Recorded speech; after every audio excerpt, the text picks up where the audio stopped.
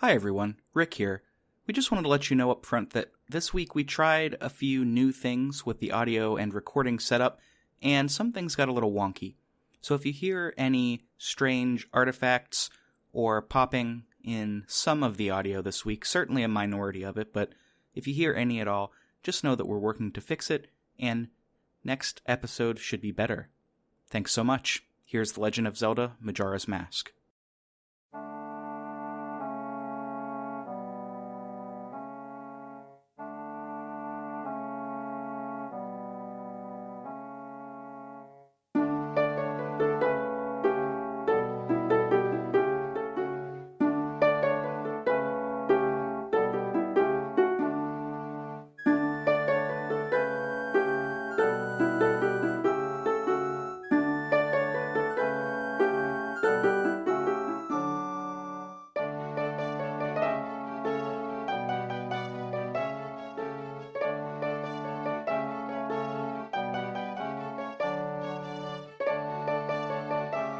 My name is Rick Firestone.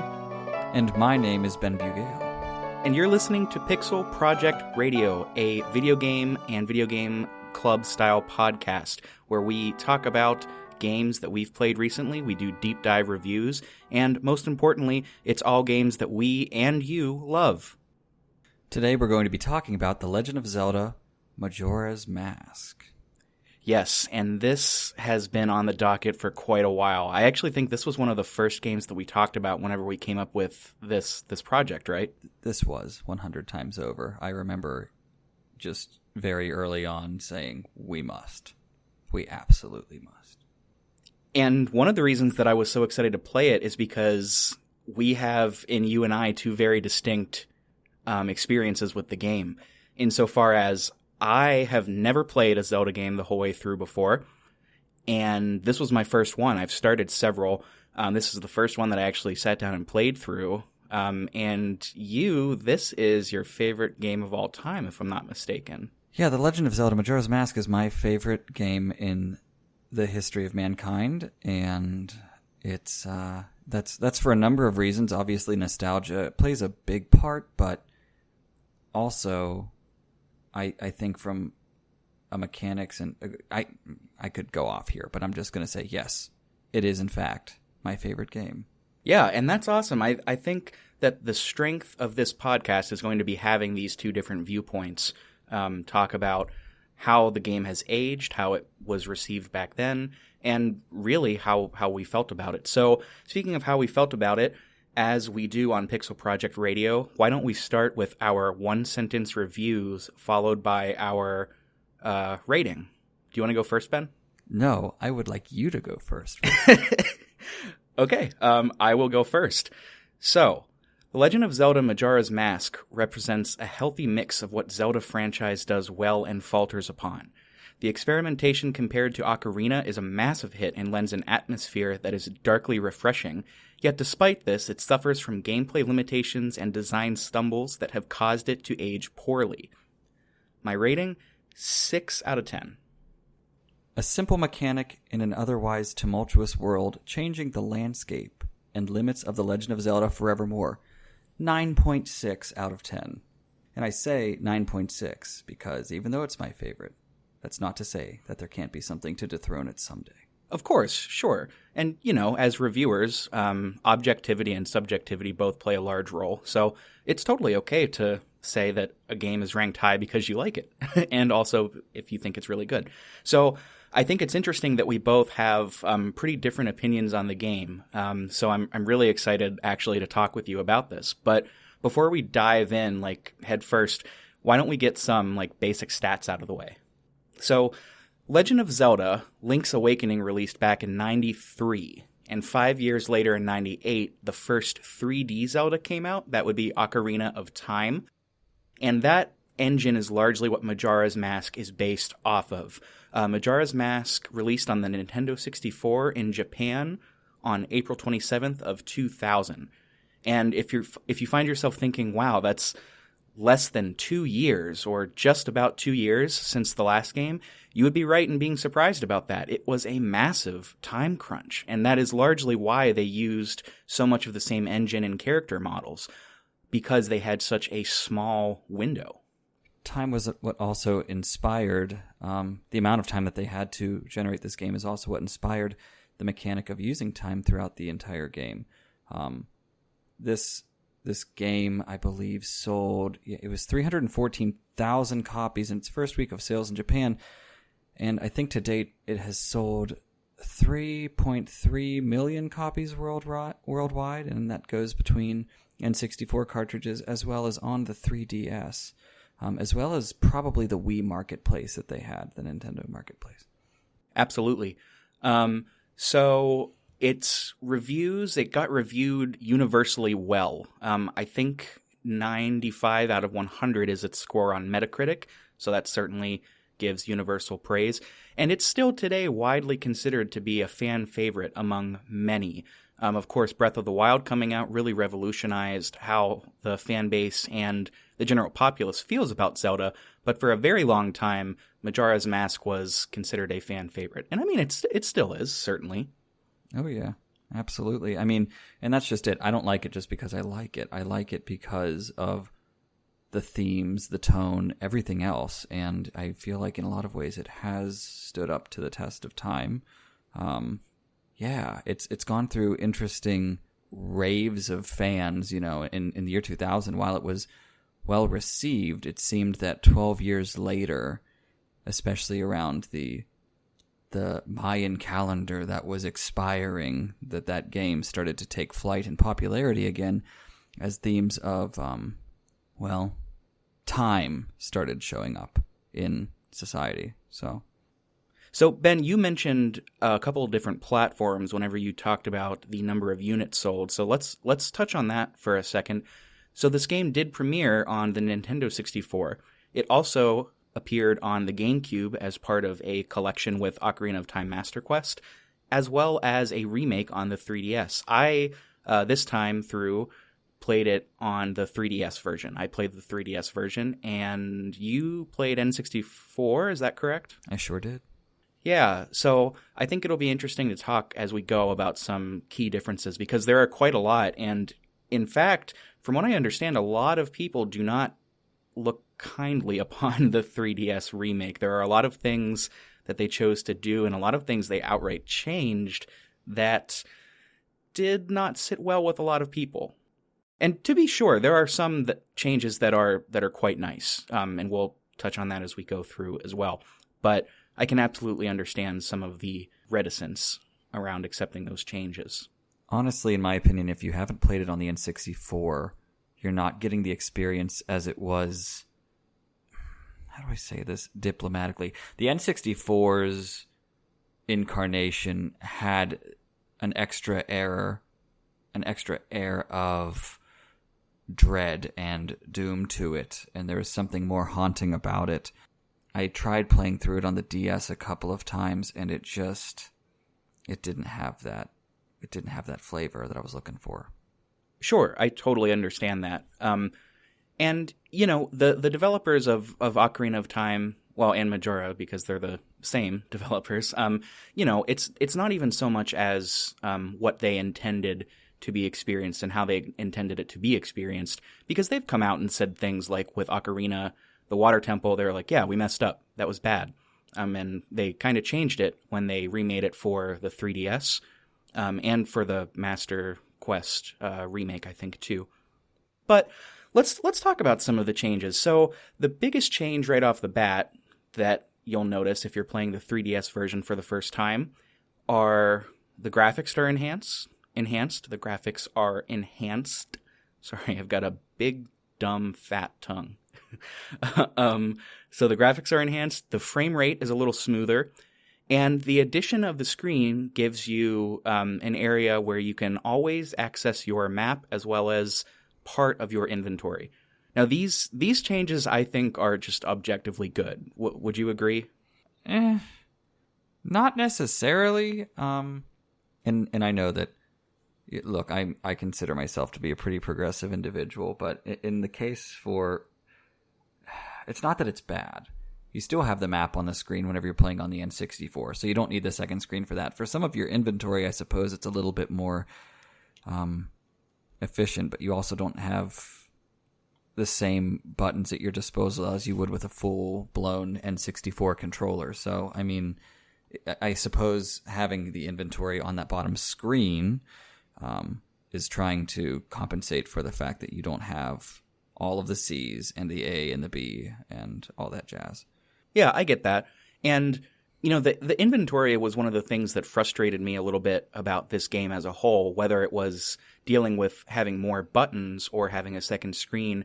There's just a lot of time spent going between the inventory screen and the gameplay screen because you can only map a certain finite number of masks or items to your auxiliary buttons.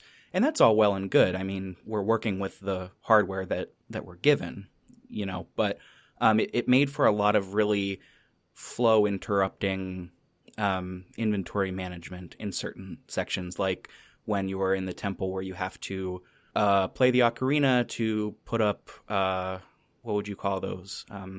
Avatars of yourself to depress switches or, you know, certain temples. It made it a little bit flow interrupting. So, if I might speak to that, one of the things that I do when I play this game, and I recognize that I play this game in such a way that I don't want to say it's Confucian because I love it in a very Taoist way, but I have a little bit of a formula that I use. So, at all times, I will make sure that I at least have one mask. Well, generally, I will always have the ocarina on me. I generally have a mask at my bottom C button, and then at the opposing C button is an item, such as bombs or a bow and arrow, whatever is more needed in that situation. There are some situations where you need the masks, like you're talking about with depressing the switches, but there are also moments where it's just you are raw in the middle of a battle, and when it's that kind of situation, it's still the ocarina, because you never know when you're going to need to bust out a little tune, and then have the bow and arrow set to another C and a bomb set to another C. So that has helped me with time saving, because if you're in a certain temple, you need a certain mask, and you're not going to need the other ones necessarily. For sure, and that is a great point that we'll get to once we start talking about the temples. Yeah, so the inventory system, while I personally don't like it, it's hard to call it objectively bad, right? It's just it's one of the game's little weirdsies, to quote one of the Max Funsters. I can't remember their name. It's just a little weirdsie, and that's okay. But we got even a little bit ahead of ourselves, so why don't we talk about what the game is? So the setting is a direct sequel, in fact, to Ocarina of Time. We're no longer set in Hyrule, we're set in Termina, which is sort of an alternate Hyrule, if I understand that correctly, right? Yeah, so Link has left his friend, Zelda, behind, and Navi has left Link at this point. Spoiler alert for anybody who has not played Ocarina of Time. So, yeah, if you don't want spoilers, don't listen to this. What are you doing? So Link is now with Epona walking through the woods that are between, I don't know if it's really between these places. That's just it. So we've left Hyrule, and yeah, I don't want to speak to it yet, but basically we fall into a parallel world of sorts. I actually have my Hyrule Historia. I'll be right back. The particular chapter in Hyrule Historia has it as turmoil in the parallel world of Termina. So that's where we end up. That's the setting of the game. That's where the magic happens. Yep, and just like the first iteration on N64, Koji Kondo is still the composer. There's just so much good music in, well, every Zelda game really, but Koji Kondo consistently impresses me. Speaking of music, one thing that I thought was kind of funny was how they left the Hyrule theme, the classic one, out of Ocarina when we're set in Hyrule, and then in Majora, as soon as you step into Termina Field, the Hyrule theme plays. I thought that was kind of funny, maybe like in a way that they were like, oh yeah, we should have put that in there in Ocarina, so we'll just put it in here. Whether that was their intent or not, I was happy to have it back because it's easily top 5 of classic overworld themes. It is. And what was interesting about the way that they did the theme, they still made it disjunct to kind of match the game. So there's a lot of crunchy minor seconds that are thrown into the theme. But it still has that grand sweeping line that we have come to know and love, that was almost replaced with canned music. So thank you again, Koji Kondo, for not going with Ravel's Bolero and instead digging into that eternally beautiful, well, and just heroic sounding piece of music. Definitely. It would not have felt as much of an adventure if Bolero was just snare drumming away in the background. I'm with you. I wouldn't have liked that at all. So we mentioned that this uses the same engine and many of the same models as Ocarina, and as far as mechanics go, you're going to see that here too. So it's third person. You navigate in a 3D way. You still cannot jump. Sword swinging and rolling and targeting are your primary forms of movement as Link. And then jumping occurs whenever you roll or walk or run towards a ledge, and it is an automatic action. So that's kind of the gist of the movement here. One thing that I particularly found myself as for all intents and purposes, first time Zelda playthrougher was the lock-on system. I really did not like the lock-on system, particularly because the fairy, Tattle, is kind of finicky when... is Tattle the brother or sister? I always forget. It's the sister, right? Tattle and Tail, those are the two. You end up with... Tattle is with you. Oh, is it Tail? Let me check in Hyrule Historia, because I am I get them a little mixed up. Much to my embarrassment, I am actually forgetting, so... But either way, whichever fairy is with you, the lock-on mechanism works in the way that you have to face towards whatever you want to lock on to, generally an enemy, and it does not work unless the fairy catches it and flies over to it. This makes certain boss fights and certain enemy encounters kind of awkward, and the controls get kind of weird if you aren't locked on properly. That's just a me thing. I really was not a fan of it. I think it's good to have a lock-on system, certainly because the combat can be a little bit funky and uncomfortable without it. But yeah, having a dedicated fairy to have to fly over and make sure that it's on a target, I really wasn't a fan of that. So it is in fact Tattle, and Gotcha. I should have remembered that, so my apologies to myself and to all of you who I have respect for. The thing is that I think that's an acquired taste. I think that kind of comes with the territory, because anybody who's played Ocarina of Time is going to appreciate and understand how that mechanic works. And the same can be said of Majora's Mask. It can be said of Wind Waker and even Twilight Princess. And there's targeting in every game, but it can be tricky. But it's one of those things where the more you do it, and if I'm being completely honest, I've logged well over 500 hours into that game. You grow to love it eventually. But if it's not something you're used to, it's a tricky lock-on system. You have to get your camera angle right, but at least you're not dealing with the camera of Mario 64. So True, very true. Speaking of the camera, one thing that I did appreciate in the 3DS remake is a dedicated stick for the camera.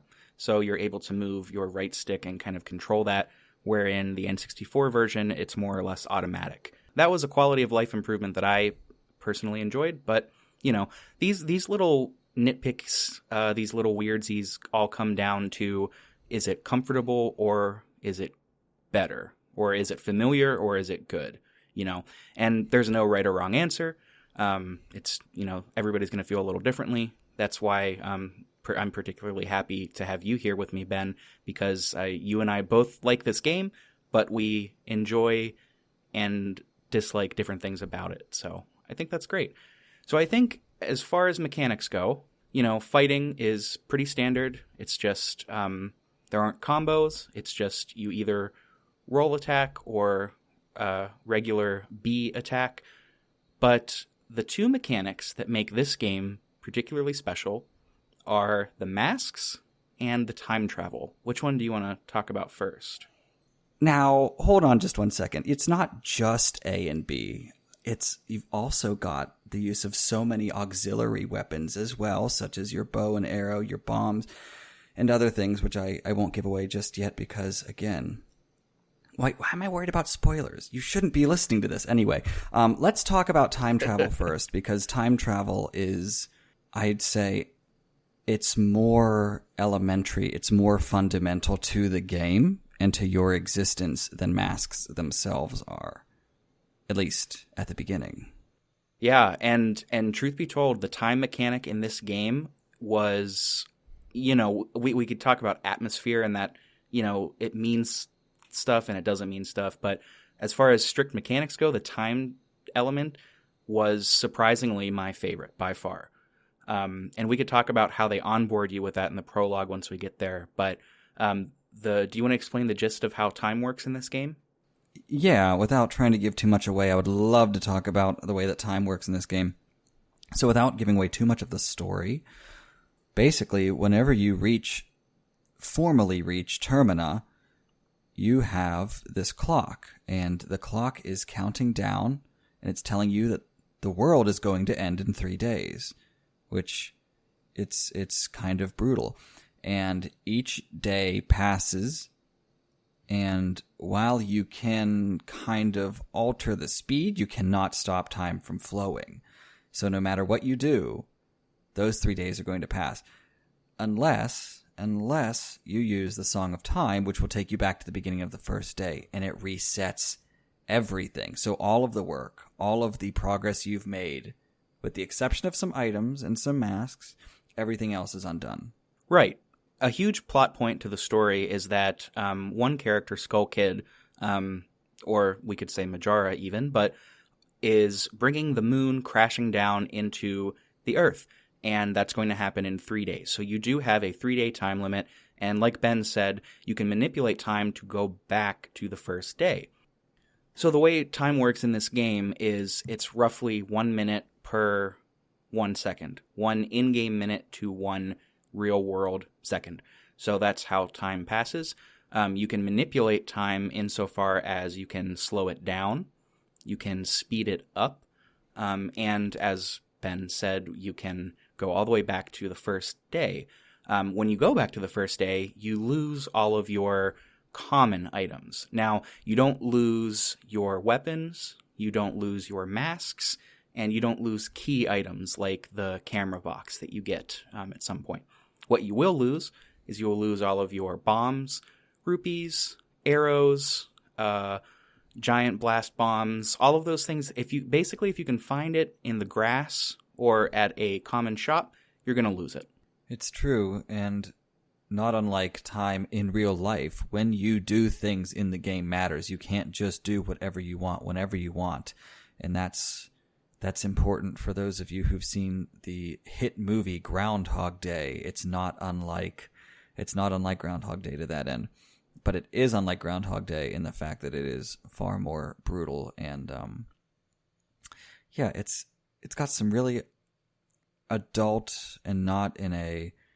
It's got some really adult themes in terms of what you kind of deal with on an existential level. Right. Yeah. As each day passes, if you talk to NPCs and the townsfolk, they respond to the moon coming down closer and closer differently each day. At first, they might just say, "Huh, that's weird." Second day, they might say, "Oh, things are happening. This is bad." And third day, it turns into complete despair, or head in the sand. We're all going to be okay. It's a conspiracy theory type thing. Not unlike what you see today, really, if you think about it. Yeah, you get people on both sides of the argument, too. You have, and that is, in fact, shown in one point in the game, or at one point in the game, rather, between groups of townspeople who are just, one half is saying, everything's fine. We're going to be, what are you talking about? This is nonsense. They're all in denial, whereas the other folks are saying, we need to get out of here. We're not going to make it through this. We need to flee to the farthest corners of this world if we're going to make it through this. So there's a lot a lot of anxiety built up around this mechanic. And one of my favorite things about this, because this is a trope that you see in almost any video game where there is a quote-unquote hero. There's always something that is presenting a serious issue, and you got to get it done quick. So in this case, the moon is crashing down. Thinking back to other examples of time in video games like, Witcher 3, we covered that recently. The Wild Hunt is coming, and it's very clear, like, we gotta move, we gotta go quickly. But at the same time, you can, take as much time as you want, sit down to play cards. You can do all the side quests. You can go fetch goats. So it takes you out of that immersion of the game where this pressing issue of time doesn't matter. And then there are also sillier versions too. Like, I think back to Final Fantasy VI. At one point, a house is burning down or crashing down, and your like Street Fighter type character goes up and holds the house up, and he's like, "Oh, you got to go inside and save everybody. I can't hold this for long. Maybe like 5 minutes," and then immediately a 5-minute timer starts, and it's just hilarious. I think it's hilarious. But this game does it really well because you've got a fixed amount of time. Time moves at a consistent rate, whether or not you speed it up or slow it down. It's going to never change at the rate at which it moves. And if you reach the end, you're done. It's game over, or you have to, reset time. And I think they handled it so well, because it doesn't make you feel anxious because you've always got that reset button and you've got time manipulation.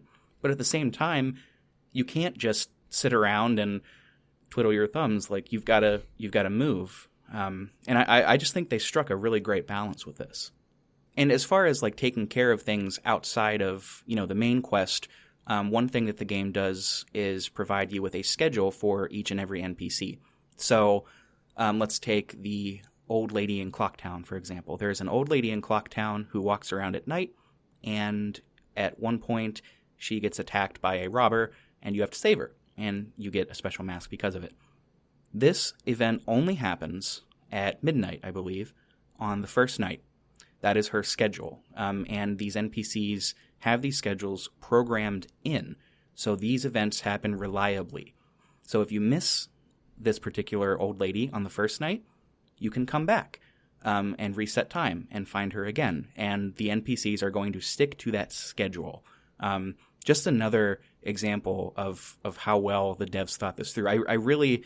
there are a lot of issues that I have with this game. This is not one of them. This is Majora's Mask at its best, using the time mechanics. And while you can't necessarily stop her on her, to go back to this old woman, while you can't stop her on her way, what you can do is intervene with this individual who is trying to rob her.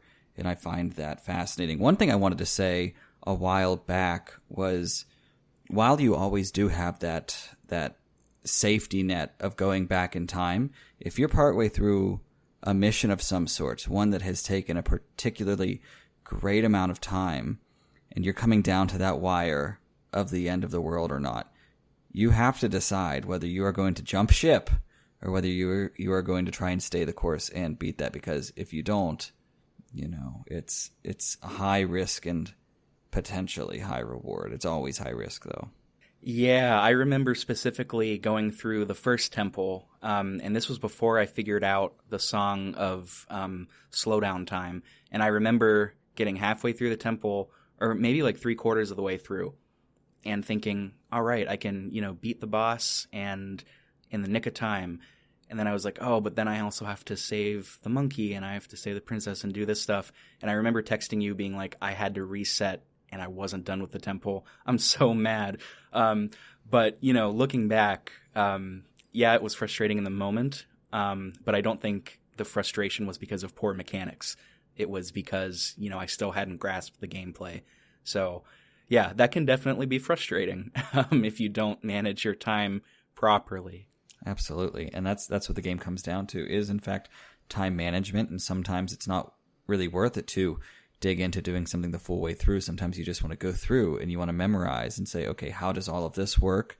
What's the feeling of this? If you're in a temple and a boss key shows up and it's, you're approaching the night of the third day and you think you can get to that boss and defeat him, go for it. But otherwise, get ready to pull out that ocarina, and I hope your memory works well, because bye-bye.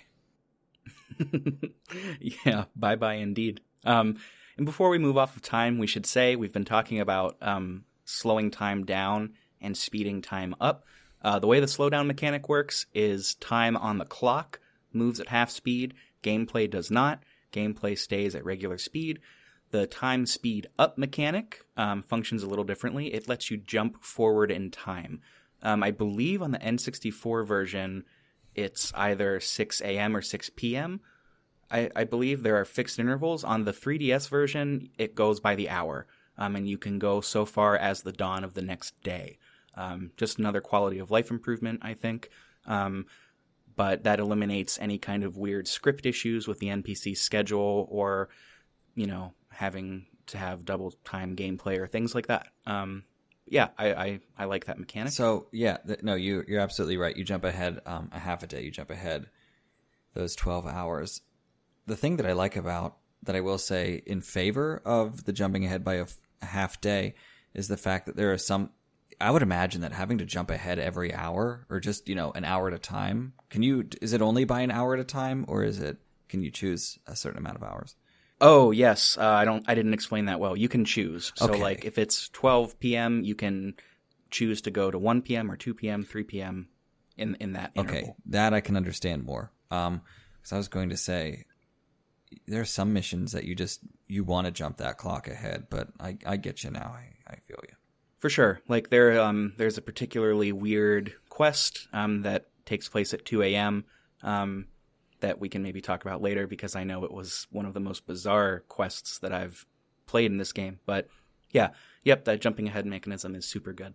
And the other thing that makes this game really unique are the masks. There are two kinds of masks. There are transformative masks that change you into a different race, and there are non-transformative masks that do a host of different things and effects and abilities. Do you want to expand upon either of those? Yeah. So the transformative masks, 3 of them that you get are results of healing, in a sense, individuals who are plighted by, well, we'll get to that a little bit later in the storytelling, but the transformative masks are born of what you do for others, which is not to say that the non-transformative masks aren't. They just, your vessel, your Hylian vessel stays the same, and these masks give you abilities, whereas whenever you change races, you also inherit a very particular set, or a very distinct set of skills, or whatever the line is. So it changes you in a very drastic way. There's another transformative mask that really is just one of the other masks on steroids, and it makes you very, very, very large, and it is aptly named the Giant's Mask. But we can talk about that later. And then there's one more transformative mask, but I don't want to talk about that just yet. So there are 24 masks in total that you have to. Well, you don't have to acquire all of them, but if you want to 100% it, or if you want to achieve the final mask, you need to gather all of them and achieve all of them and help as many people as you can. Yeah. So these transformative masks, there are, putting aside the giant mask, there are 4. There is the Deku Scrub mask, which you get at the beginning of the game. There is the Goron mask, the Zora mask, and then the one at the very end, Ben, that you just touched on a little bit, is the Fierce Deity mask. Each of these masks are going to change you into a different race, a different being, and they each come with unique abilities. What's your favorite one to play as, just out of curiosity? I've logged the most amount of hours as a Zora, because I found at one point a glitch in the game where you can make the Zora fly. It's really, really, really wickedly hard to get, but you can make the Zora fly a very small amount. So I'd say that I've spent the most time doing that, but 8-year-old, 9-year-old Ben, who was obsessed with this game, would say probably Fierce Deity, and probably still Zora Mask, because why not? What about you? I actually really like playing as the Deku Scrub mask. And, the Deku Scrub gets a bit obsolete towards endgame, but it's just really charming. It's out of the masks, I should say the transformative masks, it's my favorite design, because it sets up the atmosphere of the game so well because it looks sad, right? When you're playing as Deku Scrub Link, you look sad, and like there's just this constant state of morose, of almost pain in those little beady eyes, and I would have loved to see that continue into the Goron and the Zora. It doesn't. I mean, they still look really good, but the Goron is jolly and happy. The Zora, just looks like a Zora. But yeah, the Deku is actually probably my favorite. Favorite content probably came from the Goron and talking to other Gorons as the Goron. I was really fond of that stage of the game.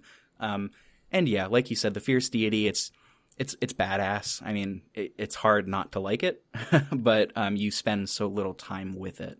Would you like me to go about explaining how these masks come to be? Like how you acquire these, Richard? Or do you want to save that for storytelling? Yeah, let's save that for storytelling. Because they fit nicely into the plot. I'm just making sure. And then you've got a bunch of other masks that do a host of various things. Probably the most useful is the bunny hood by far. The bunny hood increases your speed. If you've ever played Smash Brothers, you've also seen this. And it makes a lot of time-based puzzles easier. You can only wear it whenever you are in human form, so you cannot double up on masks, even though the bunny mask is a hood. So I guess maybe that doesn't count as a mask. But there are masks that let you rally up animals, that lets you conduct a frog choir, that lets you dance, just that lets you blow up your being as if you were a bomb. just a bunch of these really charming, gimmicky little Zelda things that help you either progress the story, get heart pieces, or get other masks entirely. Yes, the other masks can do things such as get you into an adult milk bar. There are masks that can attract fairies to you. There are masks that let you raid the mailboxes. That's fine, I guess.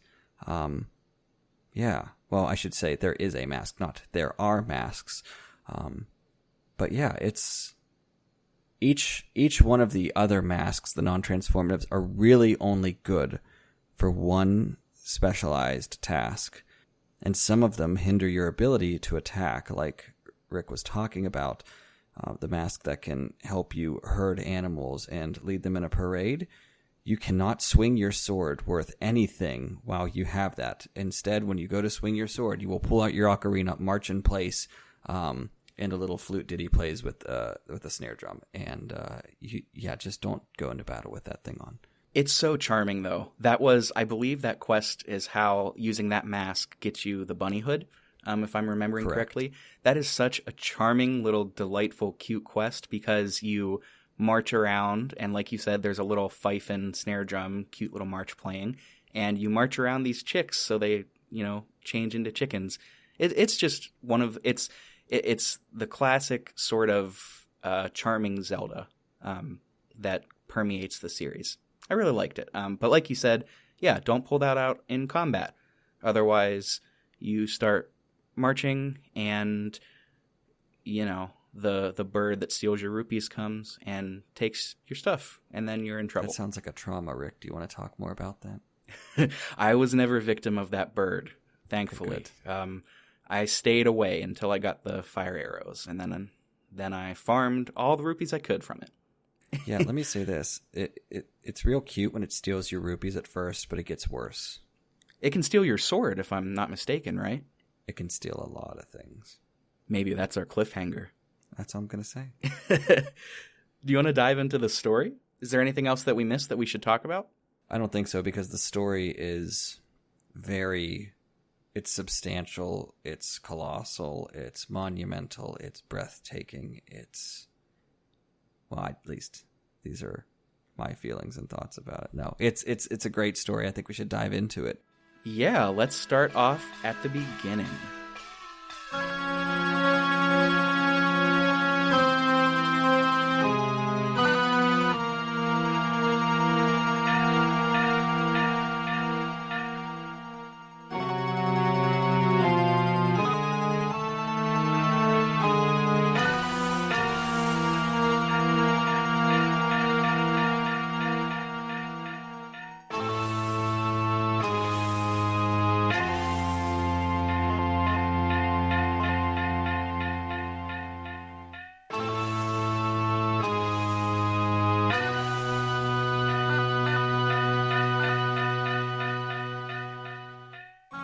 So, we start in the woods. We are walking alongside, or rather, we are riding on Epona, I believe. These are the only things I'm shadowy about, are those sorts of details. But we're walking along, and Tattle and Tail are accompanying Skull Kid, who's wearing Majora's Mask. Basically, comes along, observes what's going on, scares your horse, knocks you off of that horse, and then he rides your horse away. And you are chasing after the Skull Kid. You fall down into this hole, which is sort of like kind of like an Alice in Wonderland thing. That's where we go into the parallel world, and you land safely somehow.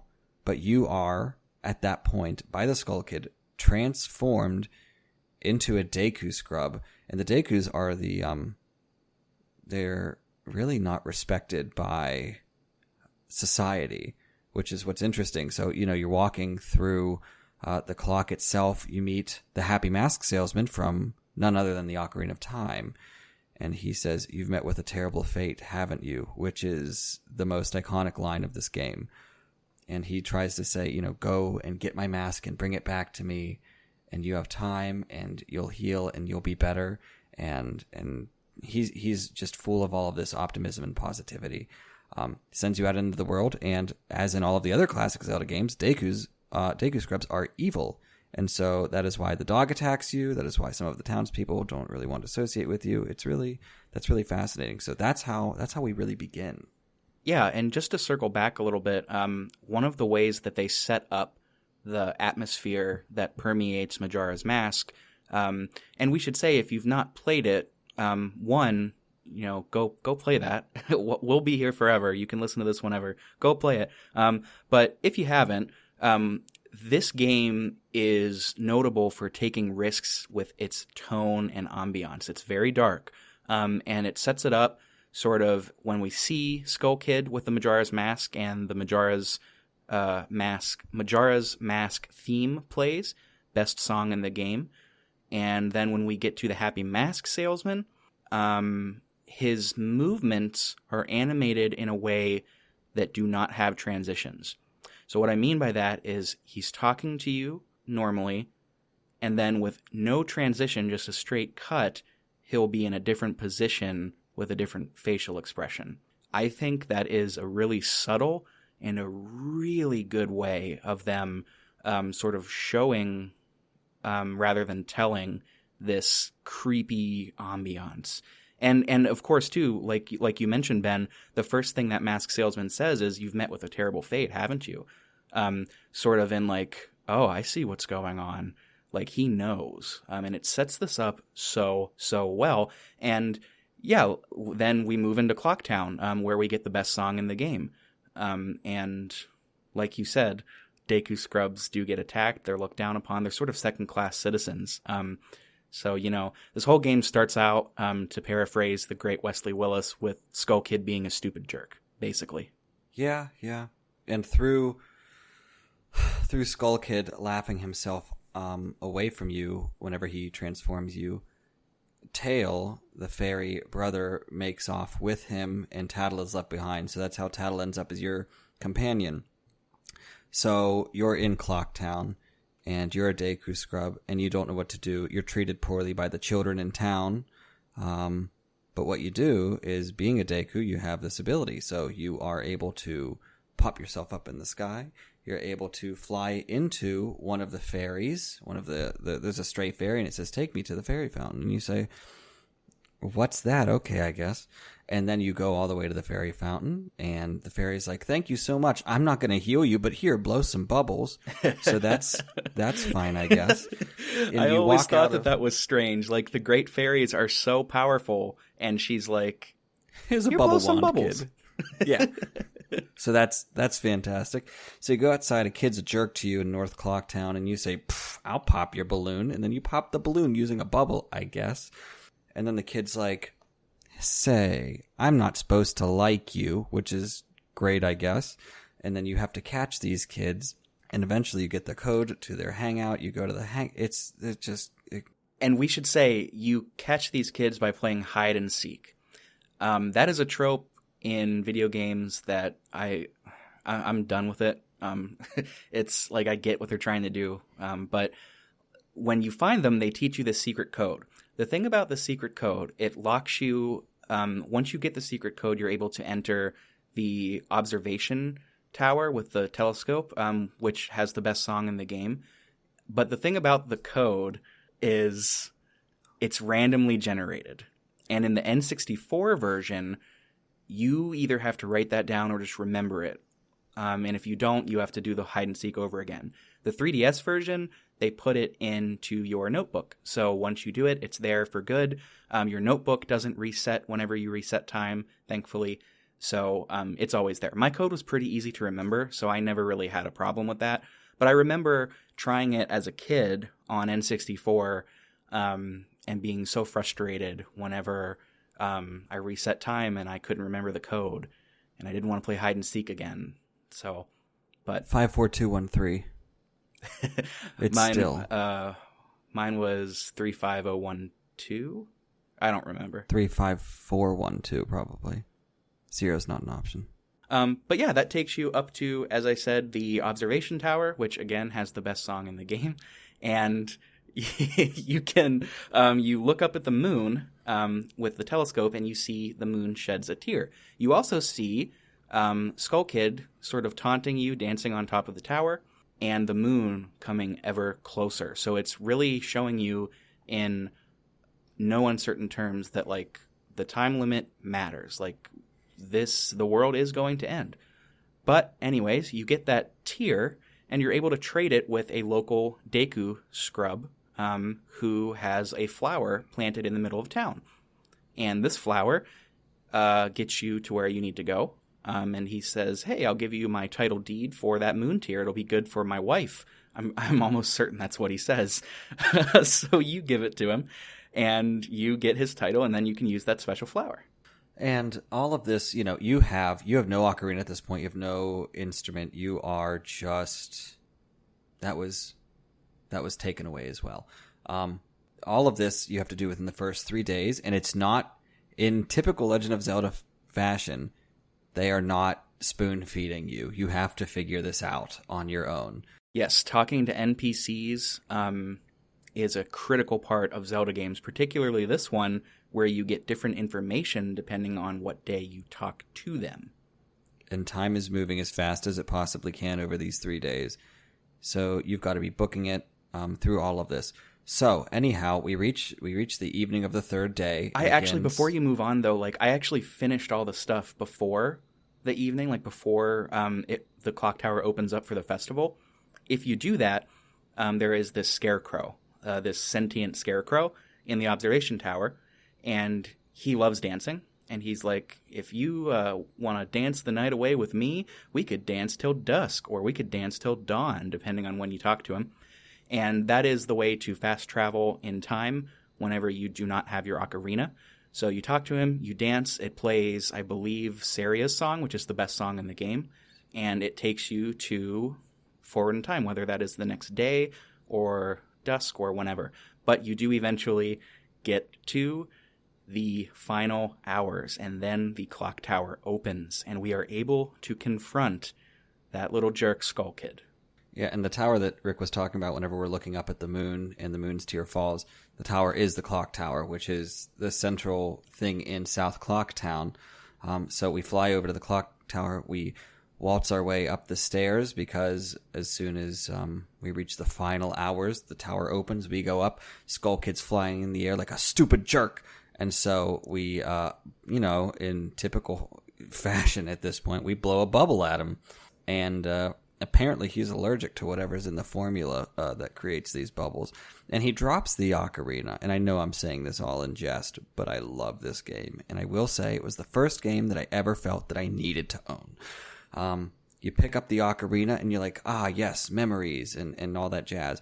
And next thing you know, you're not playing the ocarina, you're playing the Deku horn pipe thing. And you have this set of 5 honkers. And it's just like, where did you... And even Tattle says, where did you get that thing? And it's so, like, that's one thing that I do like about Zelda games is they have this understated sense of humor.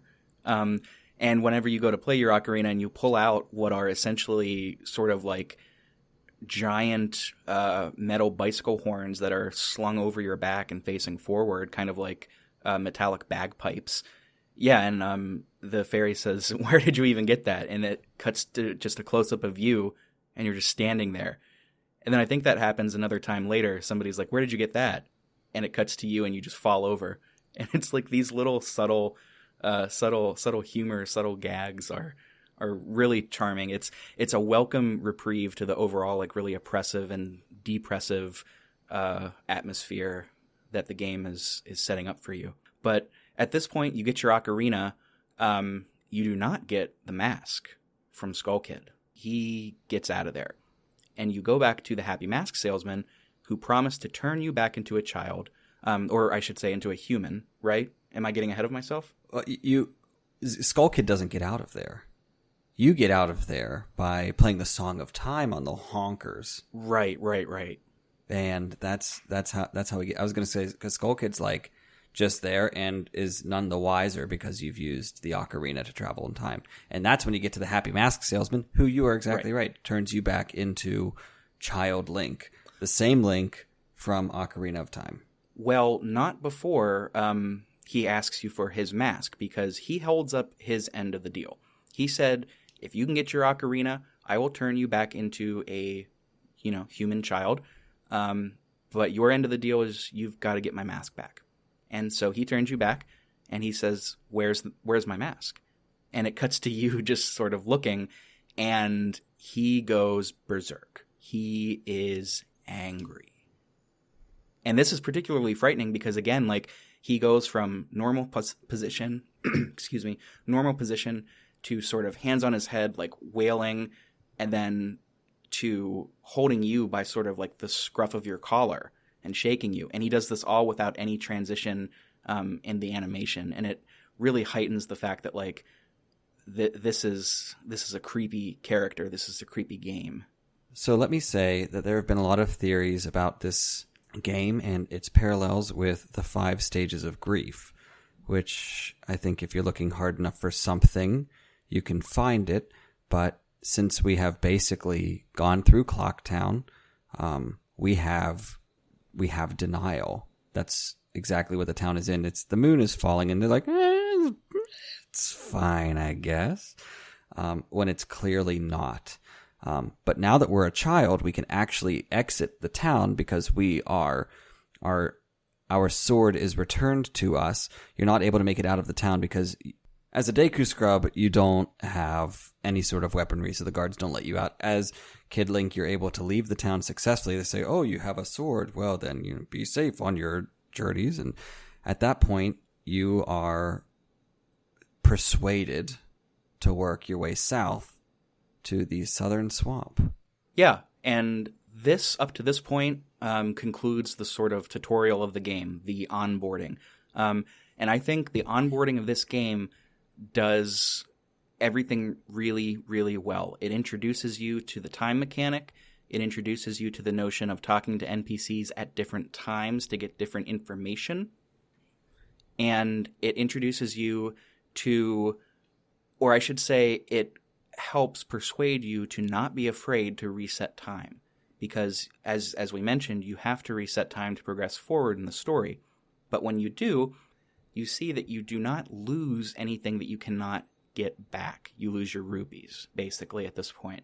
So it shows you that it's scary to have to, quote-unquote, reset. Gamers don't like that word, but the onboarding kind of teaches you that this is okay. It's a part of the game. You're going to have to do it a lot. So just be okay with it. We're not going to tell you how to branch off and get every single mask, because while that is something we could talk about and we could do, this episode would more likely be 5 or 6 hours. So we're gonna bypass that for the time being. But anyhow, we're heading to the southern swamp. Richard, tell us the merry tale of what it's like when we get to the southern swamp, my friend. Sure. So the southern swamp, you run into a Deku palace, and we learn whenever we talk to the Deku guards out front that there is a monkey that is set to be executed. And they say, since you're a good Deku scrub, go ahead and go down and go watch the execution, but don't go into any other rooms, which of course you do go into other rooms to figure out what's in there, get your heart pieces and all of that. You talk to the monkey who is tied up in a cage, and you realize that he's being accused of kidnapping the Deku princess, which is bad news because now he is going to be, I think, boiled alive or something, I believe. So he was like, the monkey says, oh, if only I could show them. And you pull out your bagpipes, your giant metal bagpipes, and the monkey says, oh, where'd you get those? And then you fall over, and it's kind of funny. But then the monkey teaches you the song of the Deku people. And you play that song, and the Deku king and all the guards, who, by the way, are like positioned in a way that makes them look overtly sexual. Like their legs are bowed and they're swinging their hips side to side. And it's just a really bizarre scene. But you play the song of the Deku people, and the king says, only we know that song. That just proves it. The monkey kidnapped the princess. So it did not go at all the way the monkey was hoping that it would go. No. Would you say that the Sonata of Awakening, also known as the Song of the Deku People, is the best song in the game, Rick? I would say that's the best song in the game, yes. Okay, I need you to explain how there are this many best songs in the game, Richard. What's there to explain? It's the best song in the game. So each song, as we learn it, is the best song in the game? Mm-hmm, yeah. Okay, that's fine. So we take the Sonata of Awakening to the area where Woodfall Temple is. We enter Woodfall Temple, and we basically only have at this point the Deku mask, our sword and shield, and a song in our hearts, to be quite honest. Mm-hmm. We go through, and let me just say, each of the temples has a number of fairies you can collect that you take to another fairy shrine, and you can help rejuvenate the great fairy of each of the temples surrounding areas. So you're going through this particular temple, and if I'm not mistaken, this is the temple where you get the bow, which is a literal and figurative game changer. The hero's bow, that is. Yeah, and so you have to solve different puzzles as Deku Link and as regular Child Link. And there's a number of mini-bosses. And let me just say really fast, back to the stages of grief, the Deku people are furious and are absolutely angry with this monkey, and that is what has driven them to kill.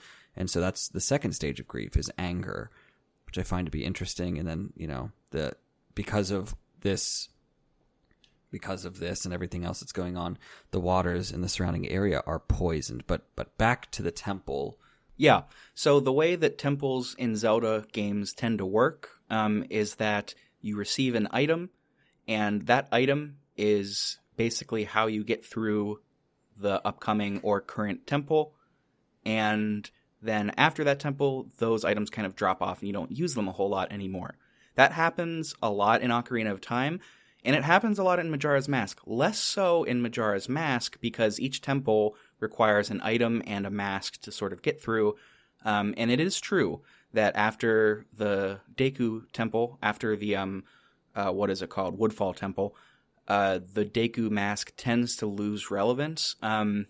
It's not immune to that pitfall that ocarina set up. However, towards the end, we do see a revival of all of the masks to get through sort of the end game. But we'll talk about that whenever we get there. This temple is largely, as you said, Ben, traversed with the bow and arrow, and as the Deku scrub who is able to hop on water. That's one of the unique mechanics of the Deku people, is they can skip 5 times across water.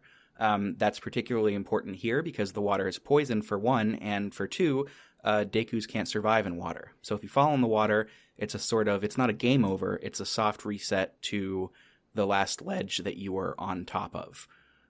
So that's really nice that it doesn't result in a game over. Very smart from the devs there. But yeah, between the Deku spinning and water traversal and the bow, that's typically going to be how you traverse this temple. There are some other things that you need to do too, like pushing blocks, lighting torches with Deku sticks, but those are sort of auxiliary to, the main game mechanics. So, through one of the best parts of the temple, which I'm not going to reveal at this time, you cleanse the area of poison. And after doing so and fighting a number of mini-bosses and all that jazz, again, we're not going to go into all of that. You find yourself in the chamber of Odolwa, who is, I don't know if that's actually how you pronounce it, because I think a lot of pronunciations are subjective, to be quite honest. But we defeat Odolwa, and we are met with a really fascinating piece of information. There is an animation that takes place after he's defeated. He sort of disintegrates into blue flames, which we're used to. We'll get used to seeing that.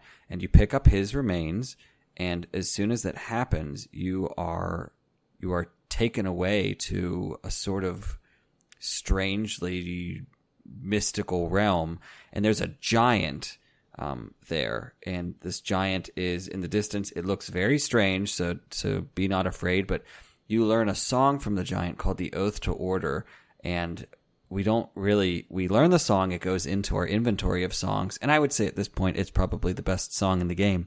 Yeah, for sure. We take it with us, and we aren't really told what to do with it yet necessarily.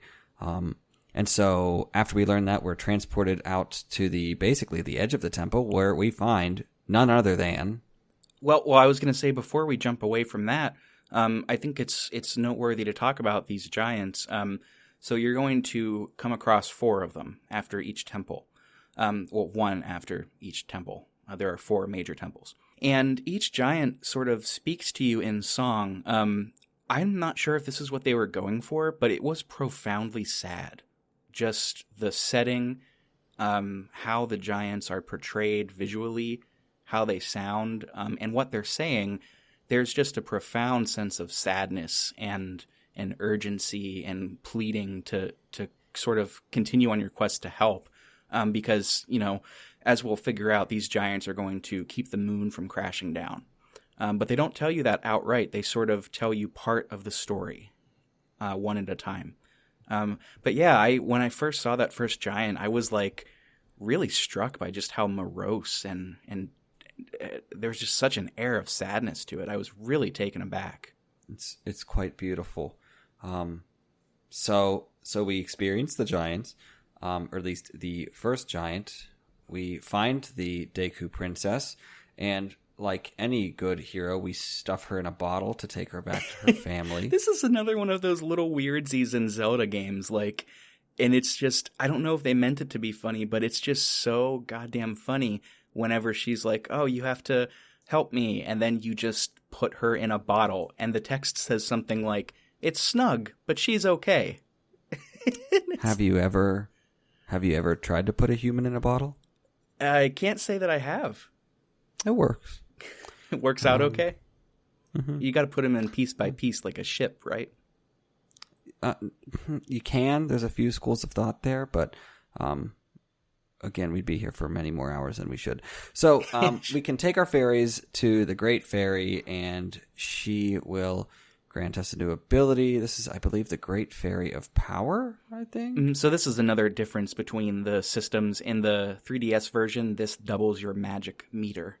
And I think in the N64 version, it just gives you stronger attack, I believe, to the spin. It charges your spin attack further, yes. So we take the Deku Princess, hopefully in time, back to the Deku King, who is still pissed. And what ends up happening is he goes, "Oh, you have the princess. The monkey is innocent after all." And the Deku Princess attacks her father and calls him a moron and berates him. And you just kind of walk away and you're like, well, all right. But you've restored peace to this very, very angry kingdom. And I want to bring up something interesting. There is one side mask that's important, and that's the Mask of Sense. When you go off to the side of the Deku Palace, the butler meets you there, and you race with him. You follow him, and he'll give you the Mask of Sense. But what's interesting, and I'm going to say this now, and we'll talk more about this later, but he looks at you and says, you remind me of my son. And then you follow him through. I'll touch on that later. I never figured out what he meant by that. It was so cryptic, and you can tell by the cadence and how they set that up that you are supposed to read that. So it's not just a passing remark. And I never figured it out.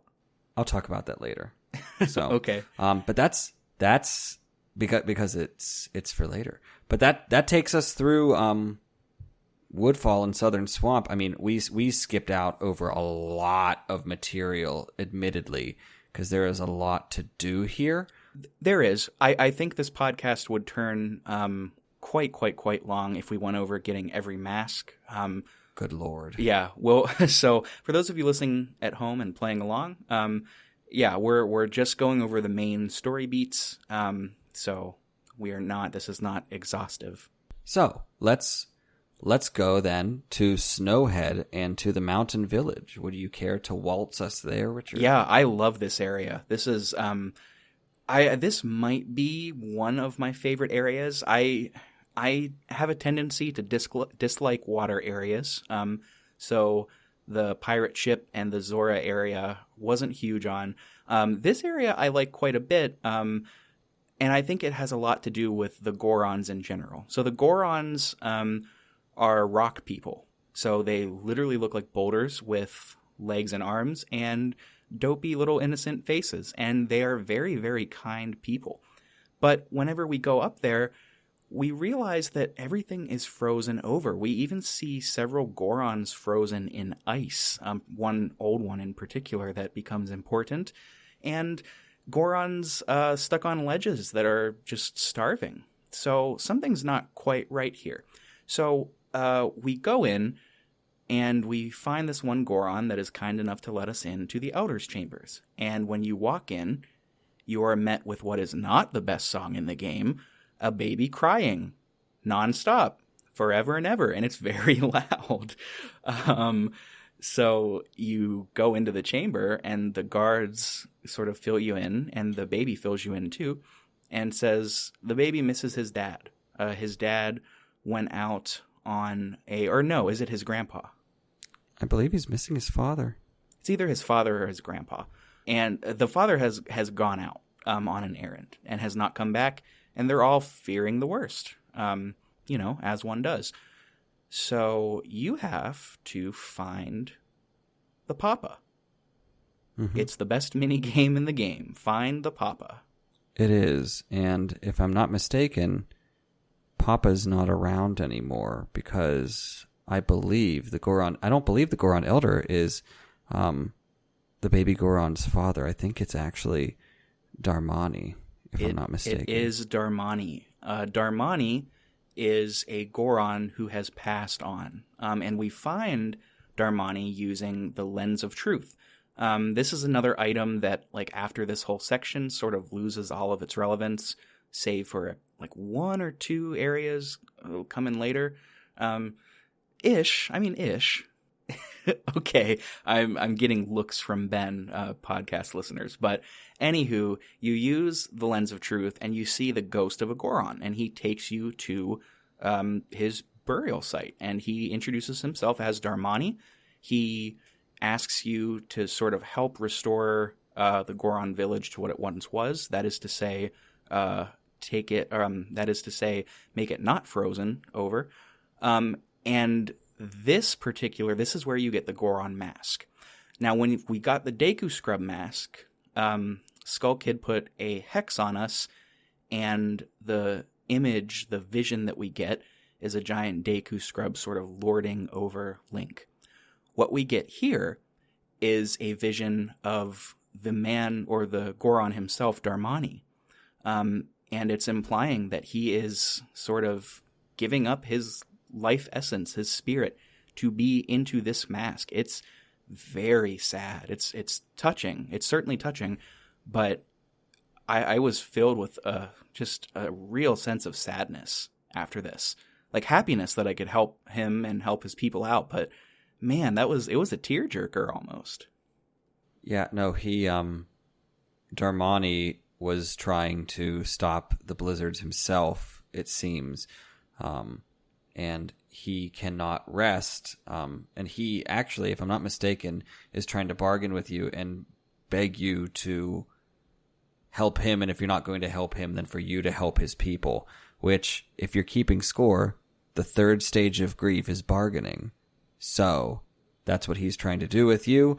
But of course, through the Song of Healing, which again alleviates the souls of the injured or the dying, you end up gaining the ability to turn into a Goron.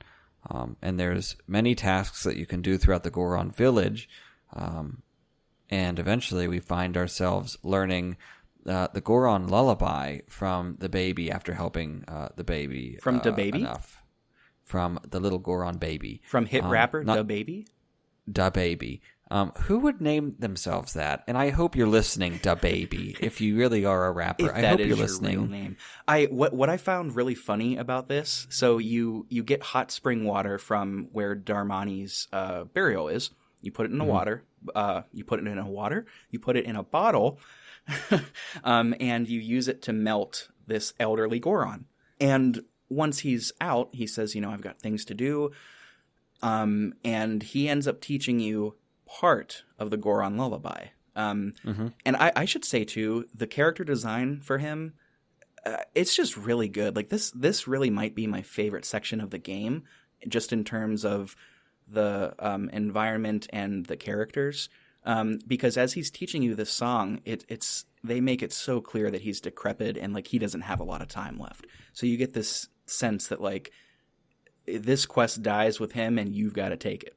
So you go back to the baby who is still wailing, and you take out your Goron bongos and you play part of the song.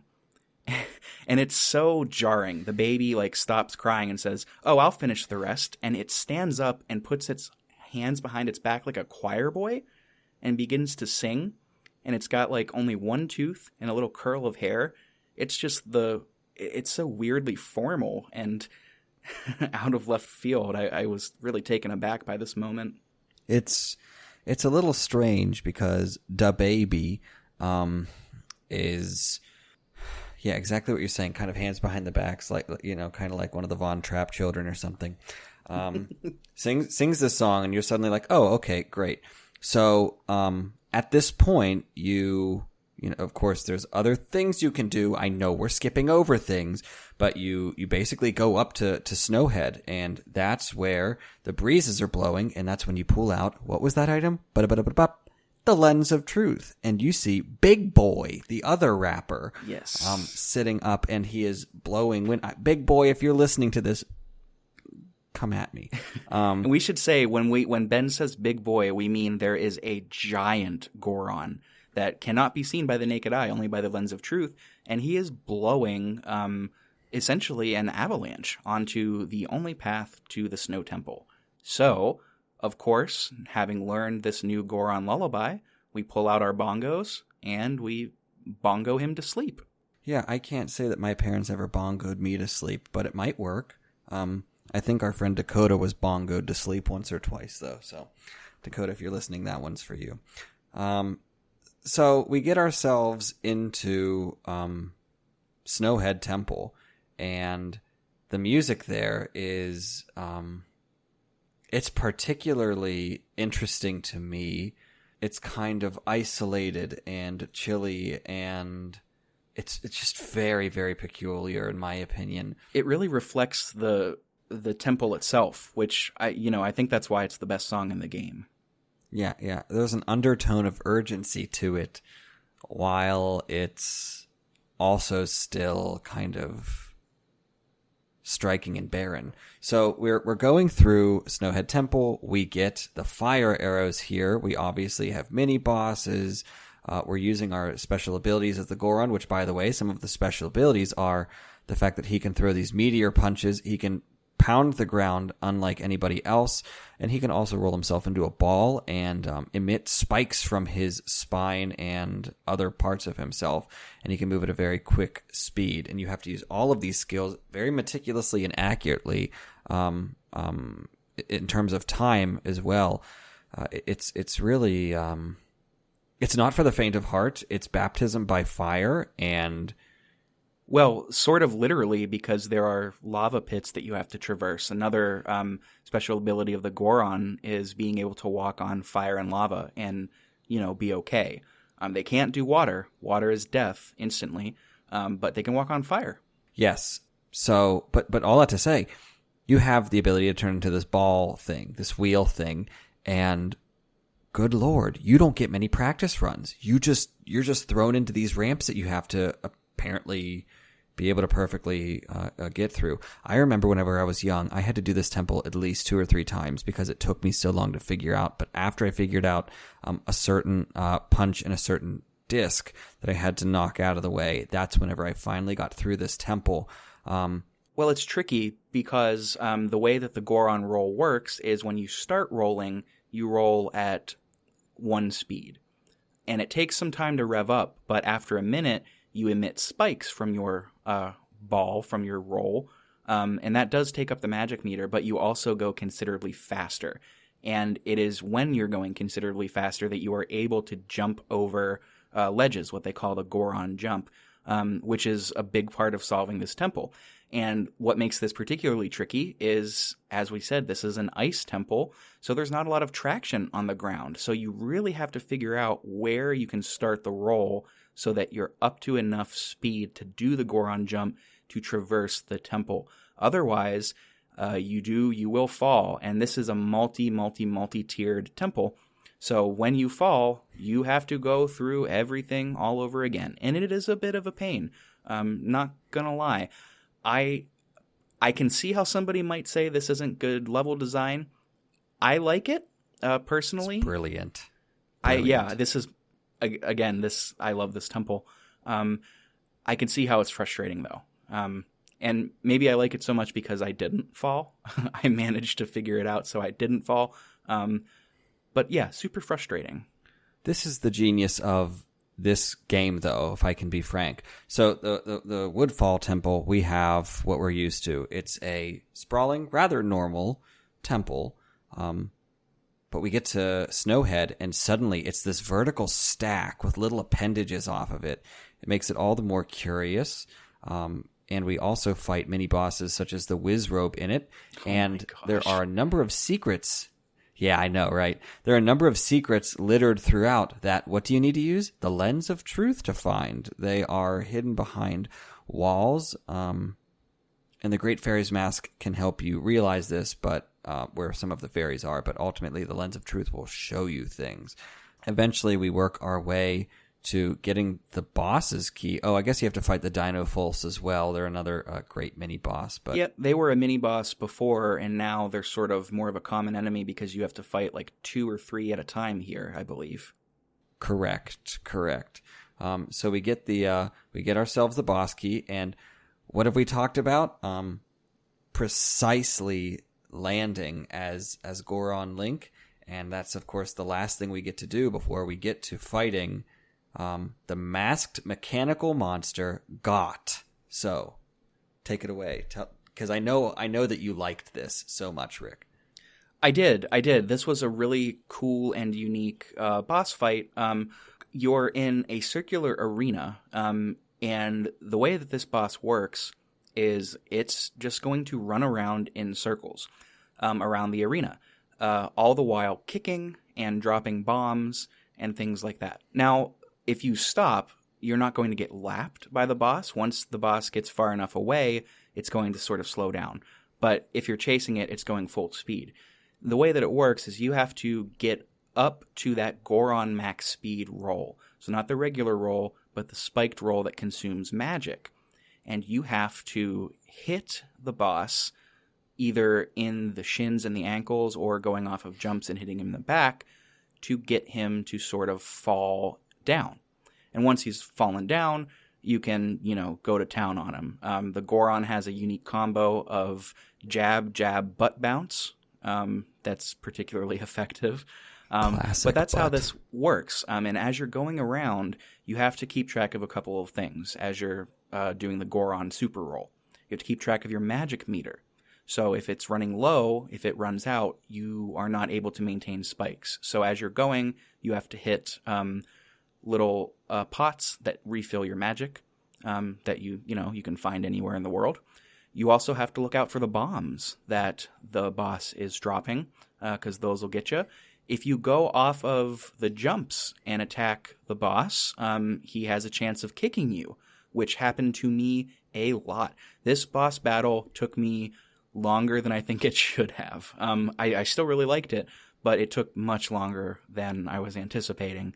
And a large part of it was because I would get hit and I would get knocked out of the super roll and I would have to get back up to speed to be able to actually knock the boss down. Because if you hit it while you're just in regular Goron roll, it doesn't do anything. It'll hurt you, actually, only whenever you have the spikes up.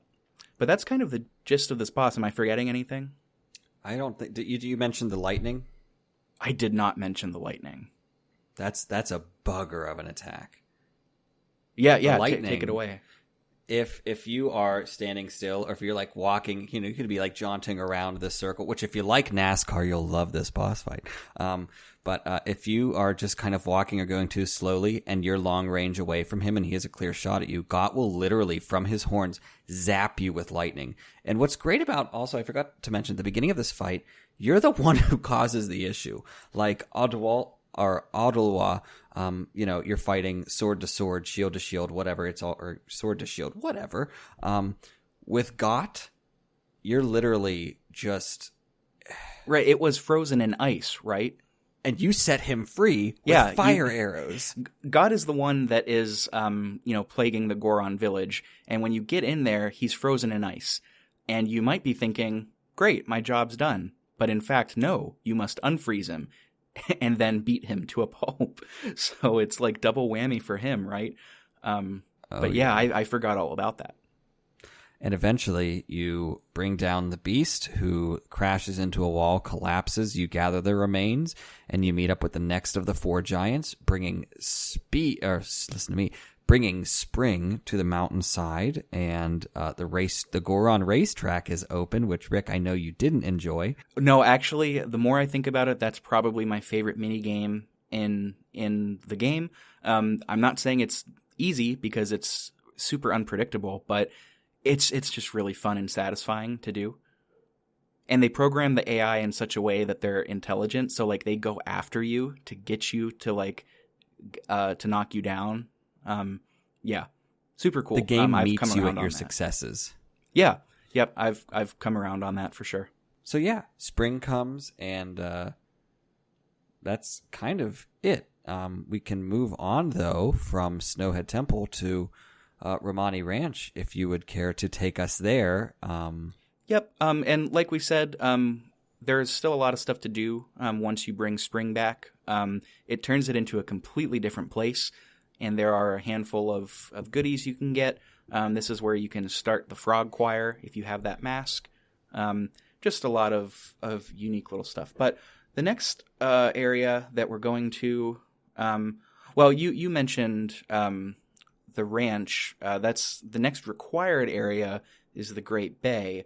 But there's a handful of things that we can do in the meantime, namely getting Epona back. And the way to do that is she's on a ranch. To get to the ranch, you can do one of two things. You can either wait until the last day, because there is a builder that is trying to clear the path. There's a giant boulder, and he's chucking it away with a pickaxe. And you can wait till the third day. The problem with that is when you show up on the third day, after he's cleared the path, you see Epona, but you can't actually get her back because the inhabitants of the ranch are basically unresponsive. And if you talk to, I get them both mixed up all the time in terms of name, but if you talk to the one sister that's inside the house, she alludes to something happening on the first day, or the first night, I should say. And she says, I should have listened to my sister.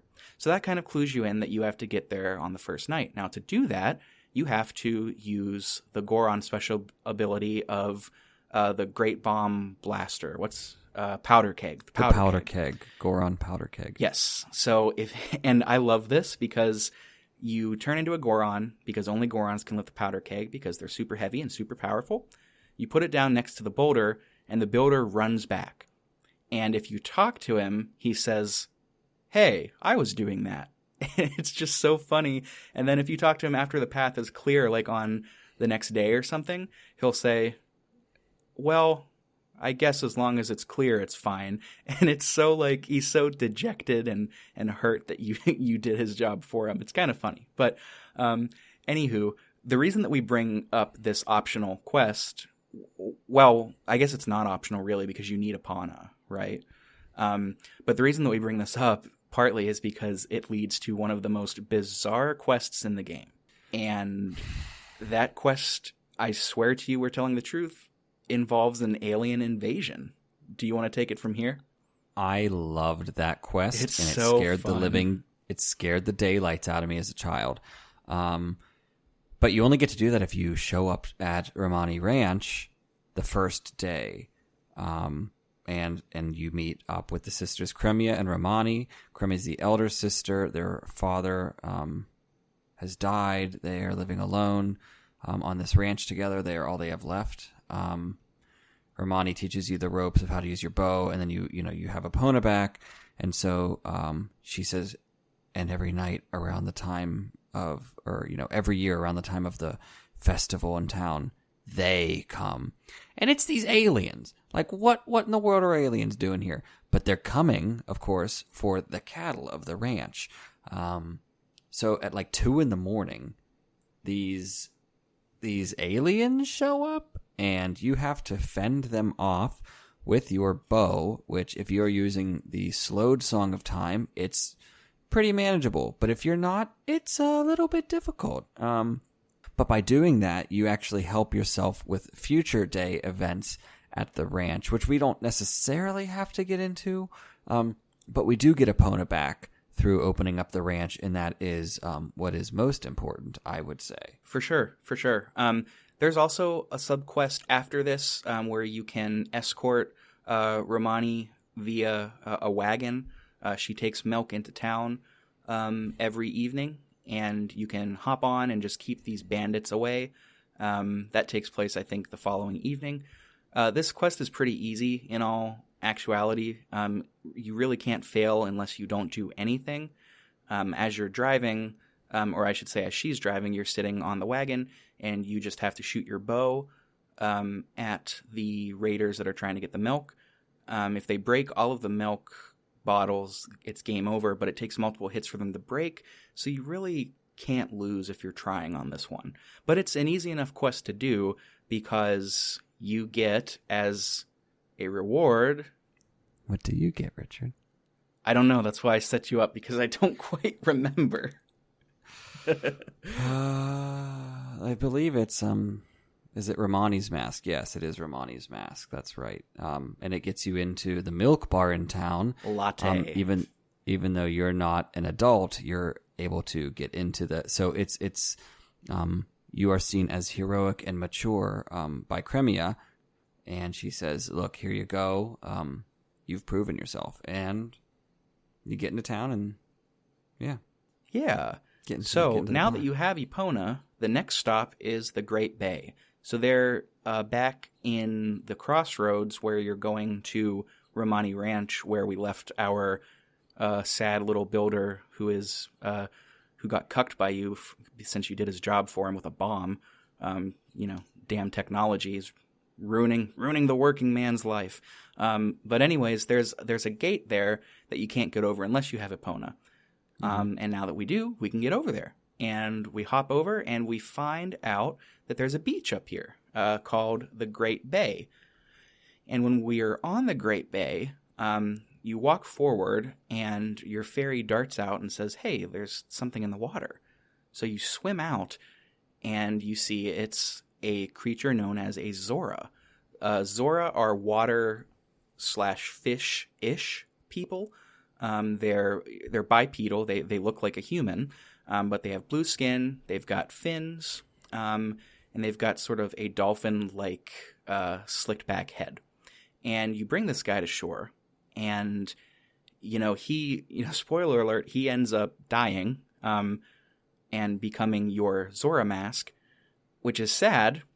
But the way they set it up is he tells you what's going on in song. He pulls out a fishbone, whalebone guitar and starts going hard rock, punk rock on you, playing the guitar and telling you of his troubles. It's best song in the game. What's that? Best song in the game. I have to give it to him. It comes from the heart, so I'm willing to give it best song of the game. But that's how you get the mask. But he tells you that his bandmate is in jeopardy. And, as he's sort of giving his life force to the mask, you get this it's not a hallucination or a dream, but it's like an image of him with his bandmates, one of which I believe it's the singer, the lady. Lulu. She's in trouble. And he says, you've got to save her. And the Zora eggs that are being, that are left out and need saving. And then he turns into the mask and you get Zora Link. Yep. The Song of Healing brings about his healing and your ability to turn into Zora Link. Right. I guess it's a bit of a misnomer to say he dies. Right. It's more so that, you heal him and he gives himself over to you, I guess is a better way to phrase that. You deliver him. So you go out to Zora Cape. You go out to where the band is, and this is where stage 4 of grief comes along, depression.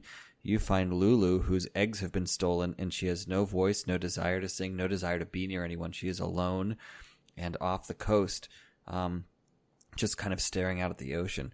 And so you take this information, knowing that her eggs were stolen by pirates, and you find the pirates' hideout, and you have to navigate that, which, to backtrack a little bit, you have to get the stone mask to keep you invisible. You don't have to. I'm sorry for those that are listening. I'm shaking my head because I did not like this section. I will be honest. I wasn't a big fan of this. Oh. And this is a little bit different, too, for the 3DS. You get the stone mask in a different spot. For the N64, you could get it preemptively, so you are able to sort of traverse the pirate ship area without being spotted by the guards. In the 3DS version, that is not so. You have to. It's located in the pirate ship, so you can't take that. The game doesn't reward you for knowing that ahead of time. But you get this in the N64 version. You get the stone mask off of a soldier who is at the base of the Icona Canyon, who says, "I feel like I can't be seen." It kind of feels like Pablo Casal's Ovos Omnis. You talk with him, gives you the stone mask after you help him. You can take the stone mask or acquire it in the pirate's hideout, and you're to navigate that, find her eggs, and return them to her. And I believe at that point you learn a song from her after acquiring all of those eggs, because why not learn a song, and why not learn the best song in the game? Don't you also get the hook shot? Yeah, I was about to say, this is also where you get one of the most iconic Zelda items in the series, the hook shot. And you need that to get through the temple as well as get the eggs. My problem with the egg quest is just that it requires a lot of backtracking. That's my biggest thing, and it feels so tedious, right? Especially if you go in without knowing you need a certain number of empty bottles. It can be tedious, and I I'm just not a fan of feeling tedium along with backtracking in games. Not a fan of it. See, and I like it a little, not, I shouldn't say I like tediousness, but like I like a healthy mix of that. And actually I made a mistake. You don't learn the song from Lulu, because I'm sitting here trying to remember whenever she sings, and she doesn't sing until much later in the game, as it were. But the eggs themselves form the notes that give you the new wave bossa nova. Oh, right. And it's silly, but you know, it's helpful, and it's how we summon the sea turtle. Apparently there's a sea turtle. We go out and we play the song to Lulu after we've done this, and Lulu is again like kind of moved by this, but then even more moved is a giant turtle that we thought was just a couple of palm trees on an island in the middle of the ocean, and the turtle swims over to you and is like, yes, hop on if you want to go to the Great Bay Temple, which, by the way, if you haven't noticed, it's a giant fish that's out in the water. At least that's what it looks like. I personally think that is Jabu Jabu from Ocarina of Time. I think that could be his corpse out in the middle of the ocean. That continuity does make sense. To the temple. Just saying, because... and that would be particularly diegetic, too, because Jabu Jabu was a temple in Ocarina. Mm-hmm. I don't know that that's canon, but that's certainly my head canon. There are a few things that are, I think, littered throughout that are, intended to be that way. So talk to us, Richard, about my least favorite and favorite temple at the same time. I have an absolute favorite, but that one was, I would say it was the most challenging for me as a small bean. Yeah, so this is the water temple. It shares a bit of infamy with the water temple in Ocarina of Time, insofar as they tend to give players the most trouble, because there's a lot of swimming, and hitting switches to alter water levels and channels and things such as that. There's also a new enemy here. It's pretty unremarkable, but it's called a wart, and it's really just a disembodied eye. I only bring this up because I really like it. I really like the design on it. I think it's, it's cool enemy design. It's better than the little, what do you call them? White bows and black bows, I think. Although I like those too, to be fair. Mm-hmm. We also get the ice arrows here. Each new temple gives you a new set of arrows, as far as I'm aware, as far as memory serves. So the water temple, the thing that I particularly loved about it is the fact that we have all of these valves, and this just drove me insane as a child. And I believe I actually had one of those like multi-page guides for this particular dungeon. For a lot of the dungeons, so I didn't use it regularly. But in this one, it was like the switches were just so painstaking. Actually, I might have not used it for this. I'm not remembering. But I just remember being so frustrated and trying to figure out the flow of water. And the music is in this really, really dizzying...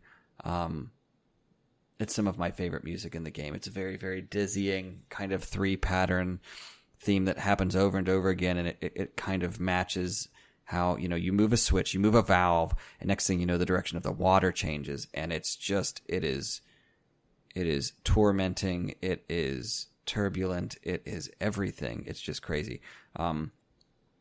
You have to constantly change the water flow to accomplish what you need to accomplish. There's moving platforms that are powered and informed by what you're doing. You have to make sure that you weigh the right amount to get switches to move the right way. It is just grossly involved. And ultimately, eventually, we find ourselves to the gargantuan masked fish.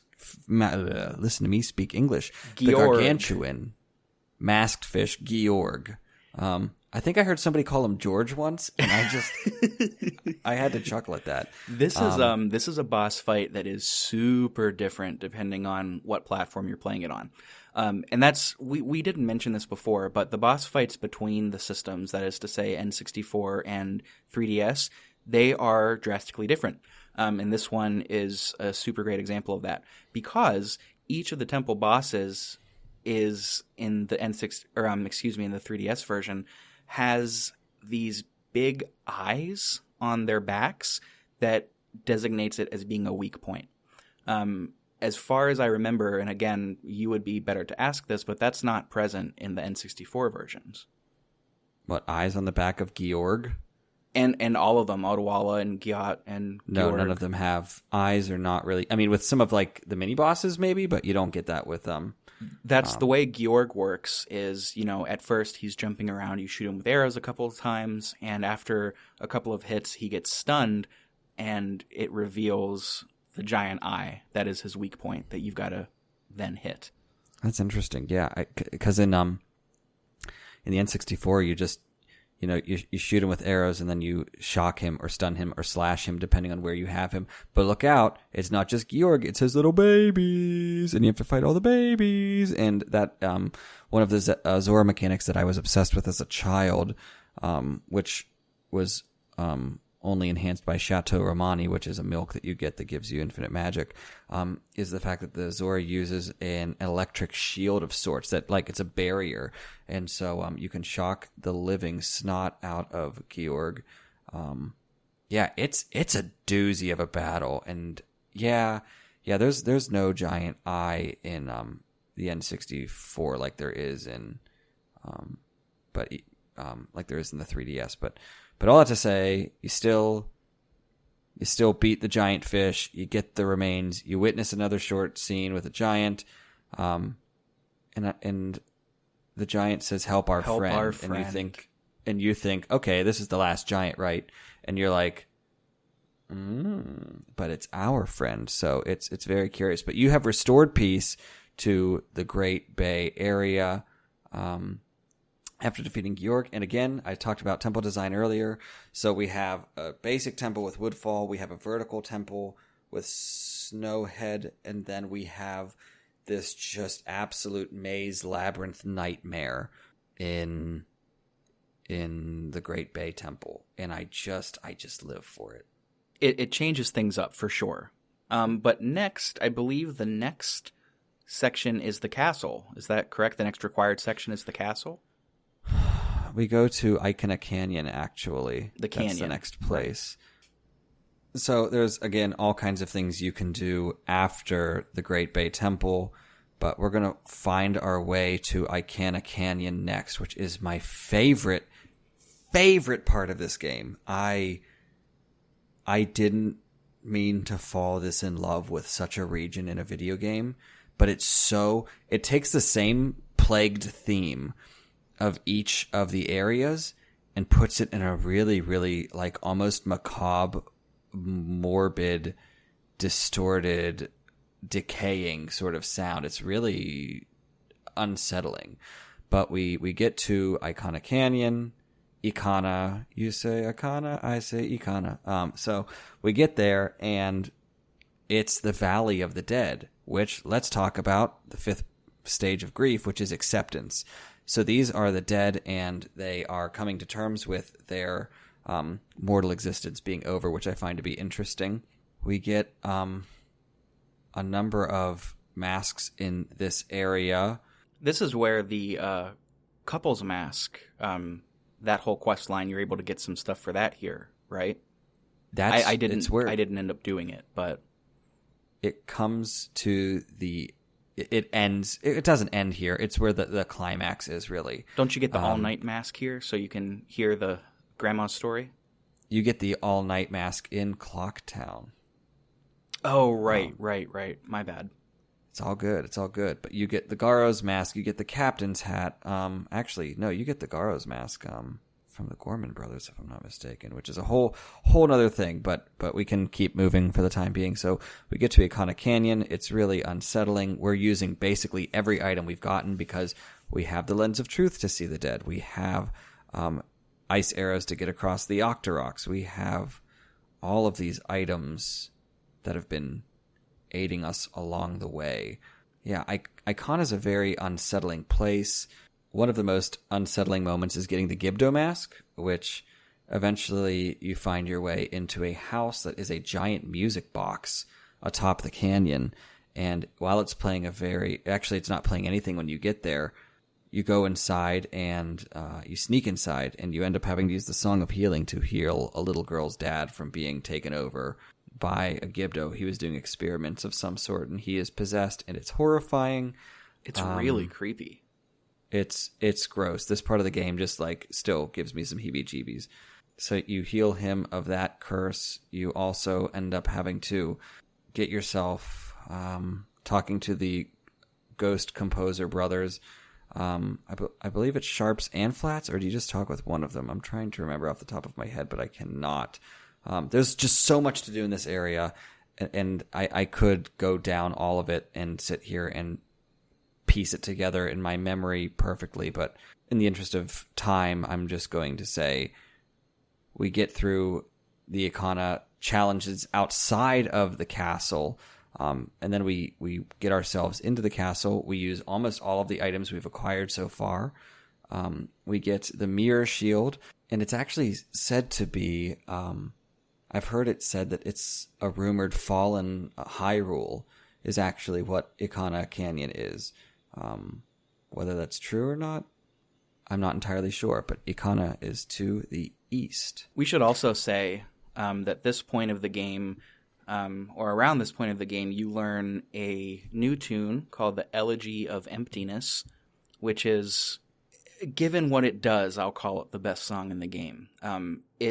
It's part of the puzzle solving in the temples, insofar as it will make a statue of yourself that lets you hold down switches, which I think is a really cool mechanic.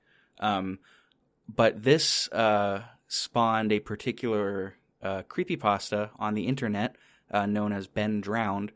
If you look up Ben Drowned, you will see the statue of Link from the Elegy of Emptiness. I believe they use the Majora's Mask version because it is objectively creepier.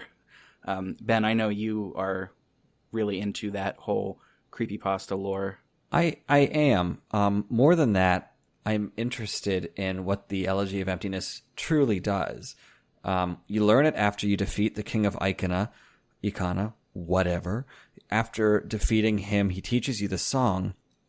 And what people don't realize is you're not just turned into weird statues of yourself. You are showing the shell as people see you. So, whenever you play it as the Deku, you notice that you don't look like Deku Link, you look like a stubby little tree. Whenever you play it as Link, you look like that creepy soulless thing from Ben Drowned. When you play it as a Goron, you look like Darmani. And when you play it as Azora, you look like Mikau. So, it literally is a shell, the way the world sees you, not the way you see you.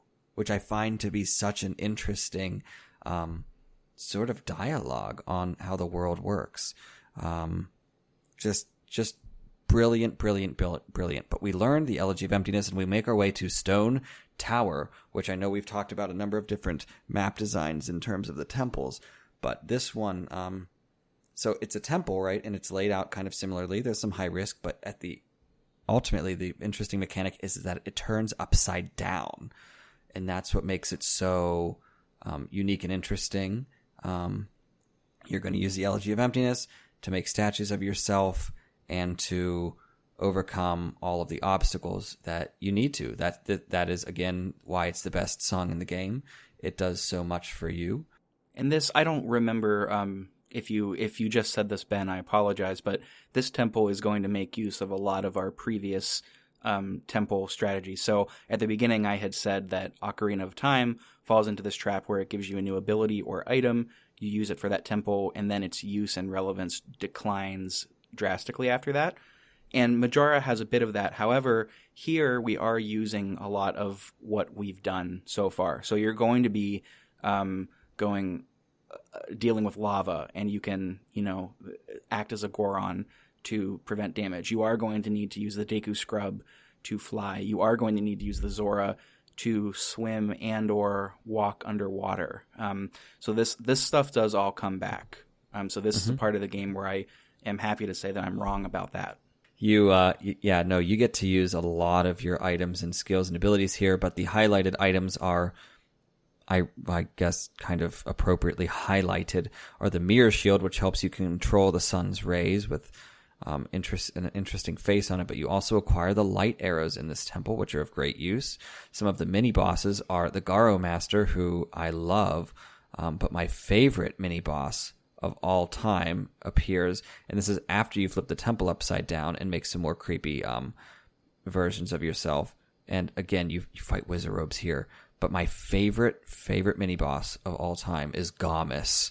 Gomus is just I don't even know how to describe it, but Gomus is surrounded by bats that make him just completely invincible, and he has a scythe with which he attacks you. And I just love Gomus. Like, forget it. What other mini bosses are there? None. There is Gomus. And Gomus, the only sad thing is that he deploys little keys, or bats rather, to protect him. But anyhow, after defeating Gomus, we get our hands on the Giant's Mask, which just makes you into another big boy. And that's where, once you get the Giant's Mask, one thing that I had noticed is that diegetically, the way lock-on in this game works is the fairy notices something and calls your attention to it. The fairy does not scale whenever you put on the Giant Mask, so you don't lock on, which makes combat difficult. Maybe difficult's not the right word. Cumbersome. Less accurate. See, and while it is, I also like that kind of added dimension and challenge that happens with the lack of perfection. Because for me, when I was a small bean, and I was using the bow and arrow, I almost never used like lock on. Like, I just trained myself to get it as close as possible. But again, that comes with over 500 hours of gameplay. Not to flex or anything. No, I don't want to say it's an unfortunate truth, because the amount of RuneScape I played was an unfortunate truth. But playing Majora's Mask, it was like an extension of my body, to be honest. So we get the Giant's Mask, we work our way into this area where it's sort of like this little microcosm of like a desert scene, and we are wearing the Giant Mask as we take on the giant masked insect Twin Mold. And by their names, yes, you guessed it, there are two of them, and you have to fight them as a giant, but you have to be careful because your magic will deplete throughout the entirety of the match. So I suggest you get Chateau Romani before you don this mask and take on this battle. But this temple takes a particularly long amount of time. The 3DS battle features different mechanics, such as, it looks like grabbing is a possibility whenever you fight. But in N64, you're just a big boy, and you go crazy with your sword or with your bow and arrow. You can attack him as a Goron. You can attack him however you want. But eventually, you bring down the giant masked worm snake creature. You gather the remains, and the fourth giant says for you to forgive your friend, which is interesting. Who is the giant talking to? I think we figure that out in the final section of this game, which I suggest you do with all of the masks because it is all the more rewarding, and that is the moon. That's right, the moon. And Ben, you had mentioned Chateau Romani.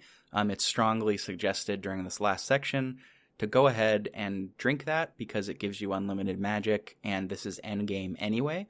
So you might as well, if you've got the rupees to spare, you might as well go ahead and do that. But yes, we are now finally going back to whence it all began and waiting until the end of, well, not the end, but the very last hours of the final day when Clock Tower opens and the festival is set to begin. Yes, and I live for this. I will say that the couple's mask is the hardest mask to get in this game, in my opinion, because you have to do everything at just the right time at the right day, and if you don't, it's bungled entirely. And it starts in the morning, in the early half of the first day, and it ends right at the eclipse of the final day.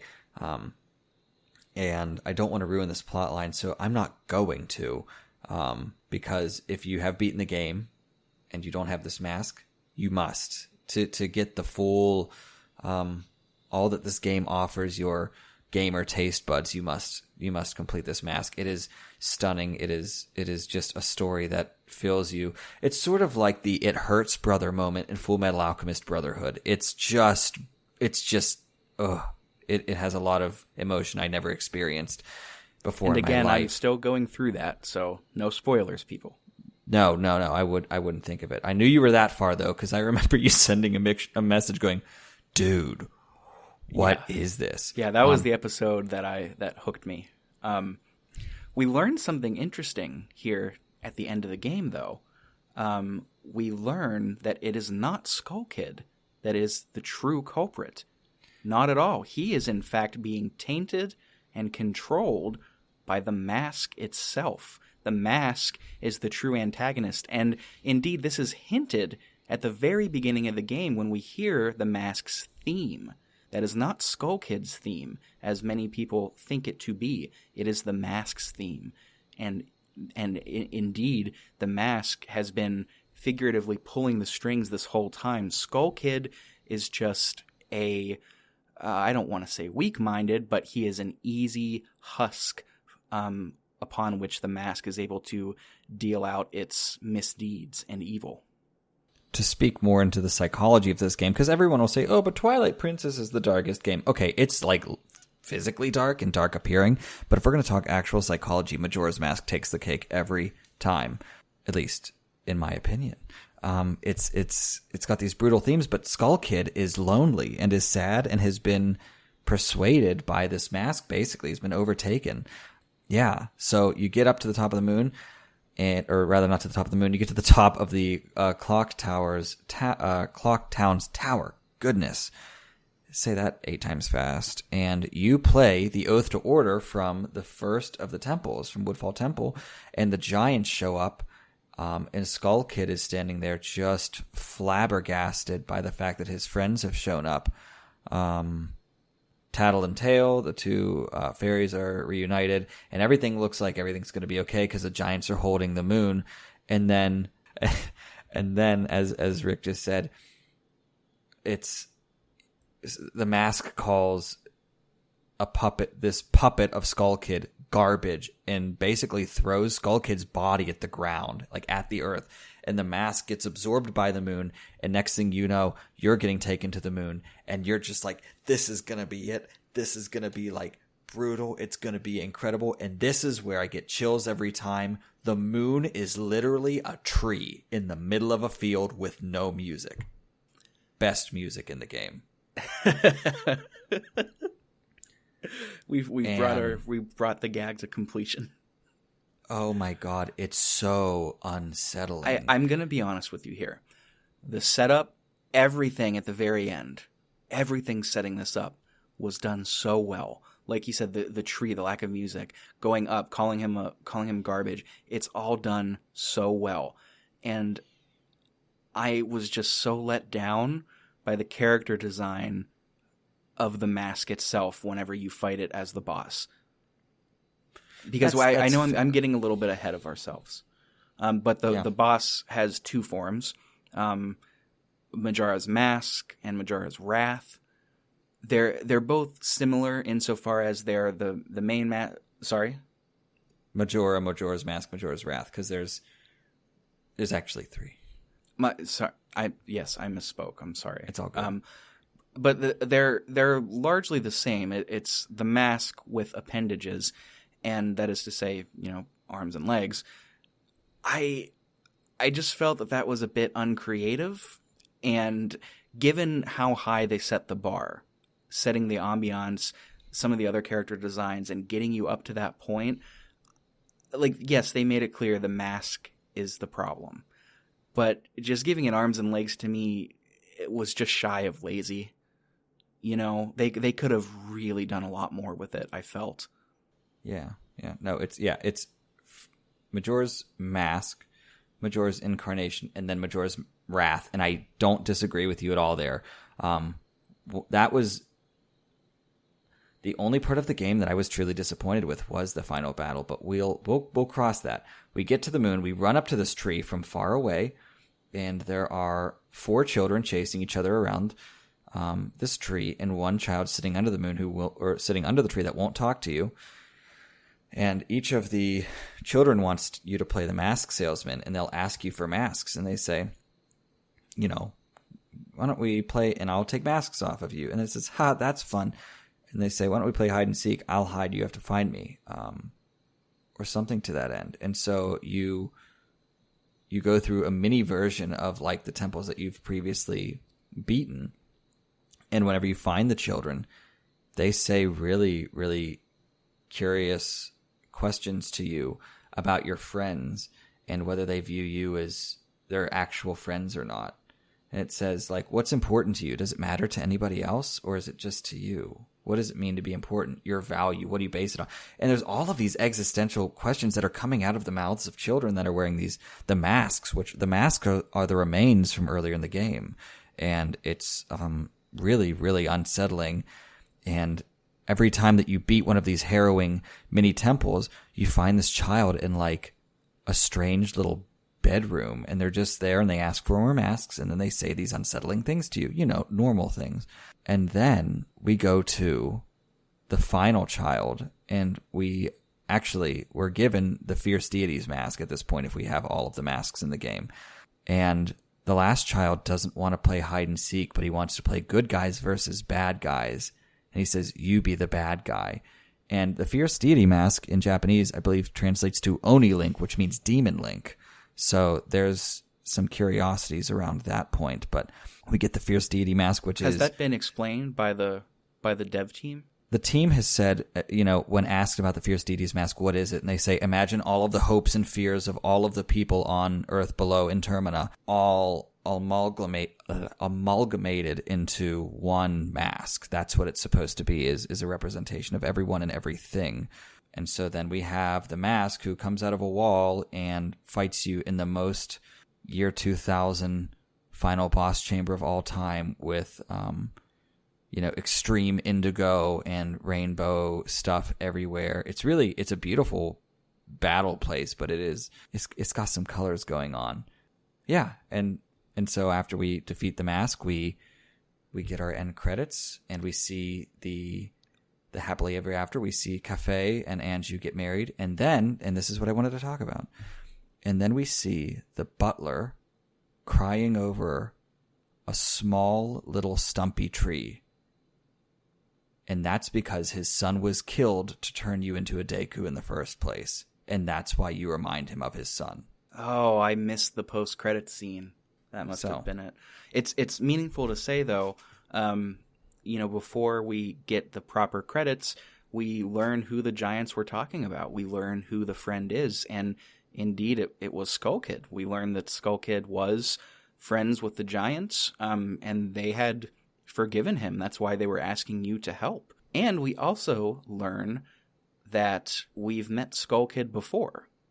In the prequel to this game, Ocarina, at one point you play a song, you play Seria's song for a little imp, and it turns out that was Skull Kid.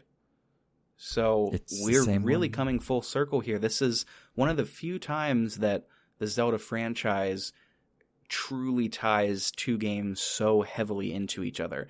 I mean, it's certainly happened before. The Oracle series comes up, Oracle of Seasons, Oracle of Ages, but so directly and so diegetically linked together, to use a horrible pun, between Ocarina and Majora. It's really well done, and if Breath of the Wild 2 happens, I hope they do it just as well, if not better. I hope so. It's going to take a lot to... Not often does a rushed game come out well, as we've all seen from Cyberpunk, but Majora's Mask was just, again, that's why it's a 9.6 for me. And I think the more intimately one plays it, the better it gets, and the better it feels, and the more sense it makes. If you're not playing it for the hype, you're playing it the right way. Because a lot of people started to dare I say, take a dookie on it, because it got really popular in 2012. But it is not deserving of said dookie. It is deserving of a true and transparent playthrough. Give it a go through, look at the themes, pay attention to things, because there's so much more to it than just a game. And that's our episode on Majora's Mask. It's definitely a Zelda experience that arguably is unmatched, certainly has some of the most unique tone and atmosphere in various games, what with tying in darkness and psychology. And I really, in my opinion, it highlights the best kinds of risks this series is willing to take. Do they always, result in such solid gameplay and lore? No. I mean, not really. I mean, you could argue, just to go back to the seasons and ages that I mentioned previously, that wasn't quite as impactful. But this installment sort of shows when they started heavily experimenting, and also how well they are able to do so in implementation. I would agree entirely. I just they did a lot of things right with this game. I think, again, it's just one of those games that the more you get to know, and that's my invitation to you, Richard. If you are not swayed up from a 6 at this point, I would definitely say play it more. Play it deeper, Richard. Well, just to be clear, a 6 is not a bad rating. I mean, like 3 out of 5, 6 out of 10. That's still pretty good. That's not bad. I mean, it's not dear My main God, qualms do not come from the lore, from the setting, from the character design. It's mainly the gameplay that hitches me up. And I've talked off mic about this with some other friends of the podcast and friends on the podcast. I just the quote unquote Zelda puzzles and the Zelda gameplay, they just kind of missed the mark for me. But believe me when I say that I like Majora's Mask, I think it's because despite its flaws or despite its missteps, it still creates an experience that, one, is wholly unique, and two, is captivating on such a mental level. So I'm singing its praises here pretty hard. Okay. I feel okay. I mean, I certainly prefer it over Ocarina. Yeah, which might get you in trouble, but I will wholeheartedly agree with you on that one. I do think Ocarina of Time is a great game, and Majora's Mask stands on its shoulders, even so, with the amount that game has and the depth that they went into, and I could sing its praises all night long, but I will spare you of that. But now you've got my brain going about what I'd call a game of 6. Perhaps that's for another time. Much to think about, not just on your end, listeners, but on ours as well. Agreed. But I think that just about wraps up our entry on Majora's Mask, the installment in the Zelda series that really changed the game. If you have any questions or want to respond to anything that we said, or have any theories of your own that you would like to challenge with ours, that is to say, the cycles of grief and things such as that, remember that you can always write in at pixelprojectradio@gmail.com. We're also on Instagram and Twitter now. And certainly if you haven't done so already, please give us a review, give us a subscribe, share with your friends. Podcasting is still very much a word-of-mouth business. We would really appreciate it if you shared our content with your friends that might appreciate it. Absolutely. Thank you so much for listening, everybody, and we hope that you'll find us again sometime real soon.